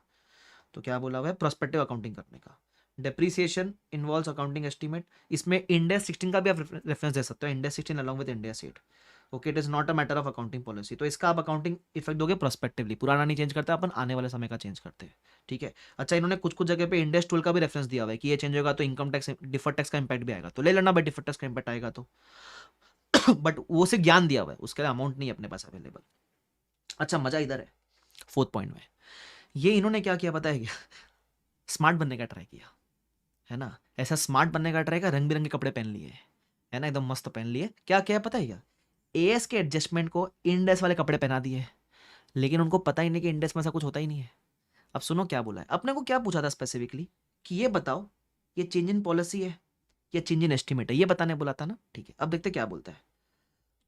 Provide for other than temporary fall in value of investment which fall took place in last 6 years amounting to 12 CR. बोलते हैं हमारे पास इन्वेस्टमेंट थे. ठीक है, अब इसमें फॉल हो चुका है इसकी वैल्यू में, तो पिछले 6 साल का टोटल फॉल है 12 CR. ठीक है, अब अपने को क्या पूछा था? ये चेंज इन पॉलिसी के एस्टीमेट है ना. वो ये वाला हिसाब है. वो लाल बटन दिख रहा है, नहीं दबाना था. सर ऐसा क्यों बोल रहे हो? ना ये चेंज इन पॉलिसी है ना ये चेंज इन एस्टीमेट है. वो बोलते ये एरर है. सर ये एरर कैसे हो गया? सुनो क्या बोलते हैं. आपके पास एक इन्वेस्टमेंट था. इन्वेस्टमेंट मतलब मैं थोड़ा ज्ञान देने का ट्राई करता हूं. ठीक है, it is a financial asset.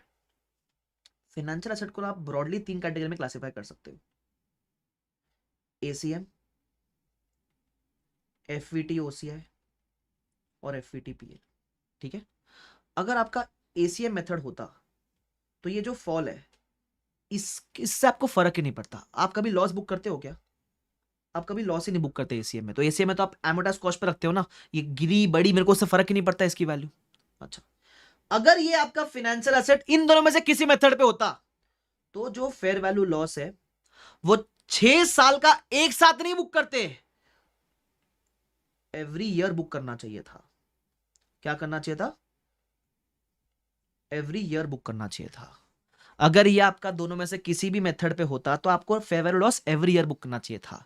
6 साल का एक साथ बुक कर रहे हो अभी, इसका मतलब आपसे गलती हो गई है. आपने शायद पुराने 6 साल में बुक ही नहीं किया वो लॉस, तभी आप जाके आज सारा लॉस 6th ईयर में बुक करने की बातें कर रहे हो. तो it is a error. If you did not book loss previously हाँ, if you did not book loss previously, ज्यादा क्या ज्ञान दो इसके ऊपर। तो एरर का अकाउंटिंग कैसा होता है? रेट्रोस्पेक्टिवली, जो प्रीवियस ईयर का इफेक्ट है प्रीवियस ईयर में दोगे, जो प्रीवियस ईयर के पहले का इफेक्ट है अपनी ओपनिंग बैलेंस शीट में दोगे, ऐसा। लेकिन अगर आप ये मान के सॉल्व करते हो कि फाइनेंशियल एसेट एसीएम पे होता, तो आपको इसका कुछ करने का जरूरत ही नहीं है, ना पॉलिसी, ना एस्टीमेट, ना एरर, ना कुछ। अब समझा क्यों बोला लाल बटन दिख रहा है, नहीं दबाना था, ऐसा। तो इन्होंने स्टंट मारने का ट्राई किया लेकिन तो इसी वजह से, मतलब जो भी है, ये क्वेश्चन थोड़ा सा ट्रिकी आपको लगा रहेगा। आप बोलोगे सर कितना सारा झोल झपटा था इस सोल्यूशन में। देखो, था तो था, मेरा फर्ज था मैं आपसे डिस्कस करूं, तो मैंने आपसे डिस्कस किया। उसके अलावा जहां तक मैंने ऑब्जर्व किया, शायद 5 मार्क का ग्रेस दिया था। आई फील 5 नहीं 50 मार्क का ग्रेस देना चाहिए था। वाह सर वाह, 50 नहीं 100 मार्क के ग्रेस दे दो सर। बट स्टिल 5 मार्क का इन्होंने दिया, बड़प्पन इनका, धन्यवाद। वो एक फ्लाइंग किसी दो, आईसीआई को फ्लाइंग किसी, ऐसे फ्लाइंग किसी दो कि अगली बार 5 नहीं 25 मार्क का ग्रेस मिले। हाँ, ठीक है। तो इसी बात पे नवंबर 23 का बढ़िया बढ़िया अपन ने सेशन से कंप्लीट कर लिया। आई होप आपके लिए हेल्पफुल रहा होगा। ठीक है, कोशिश किया आपके लिए आसान बनाओ, कोशिश किया कम समय में करवा दूं पूरा का पूरा। ठीक है, तो आई होप दिस वाज हेल्पफुल। अगर हेल्पफुल लगा तो दोस्तों का शेयर जरूर करना, कमेंट जरूर करना, है ना। और मैं वापस बता दूं, ये गलती जो इन्होंने की है वो उसकी गाली मेरे को मत देना भाई, मैंने कुछ नहीं किया। ठीक है, मैं भाई मासूम आदमी हूँ। ओके, चलो, तो इसी बात पे शुक्रिया एवरीवन। ये मैं फाइल डाल दूंगा आपके मेरे टेलीग्राम चैनल के ऊपर, जाओ डाउनलोड करो बढ़िया से। और अगर यहाँ तक वीडियो देखा, सब्सक्राइब के बिना देखा चैनल को, बुरी बात। और वीडियो पसंद आए अगर यहां तक देखने के बाद, तो लाइक जरूर करना। ठीक है, शुक्रिया everyone, thank you so much. I hope this was helpful. Bye bye everyone, take care, see you all.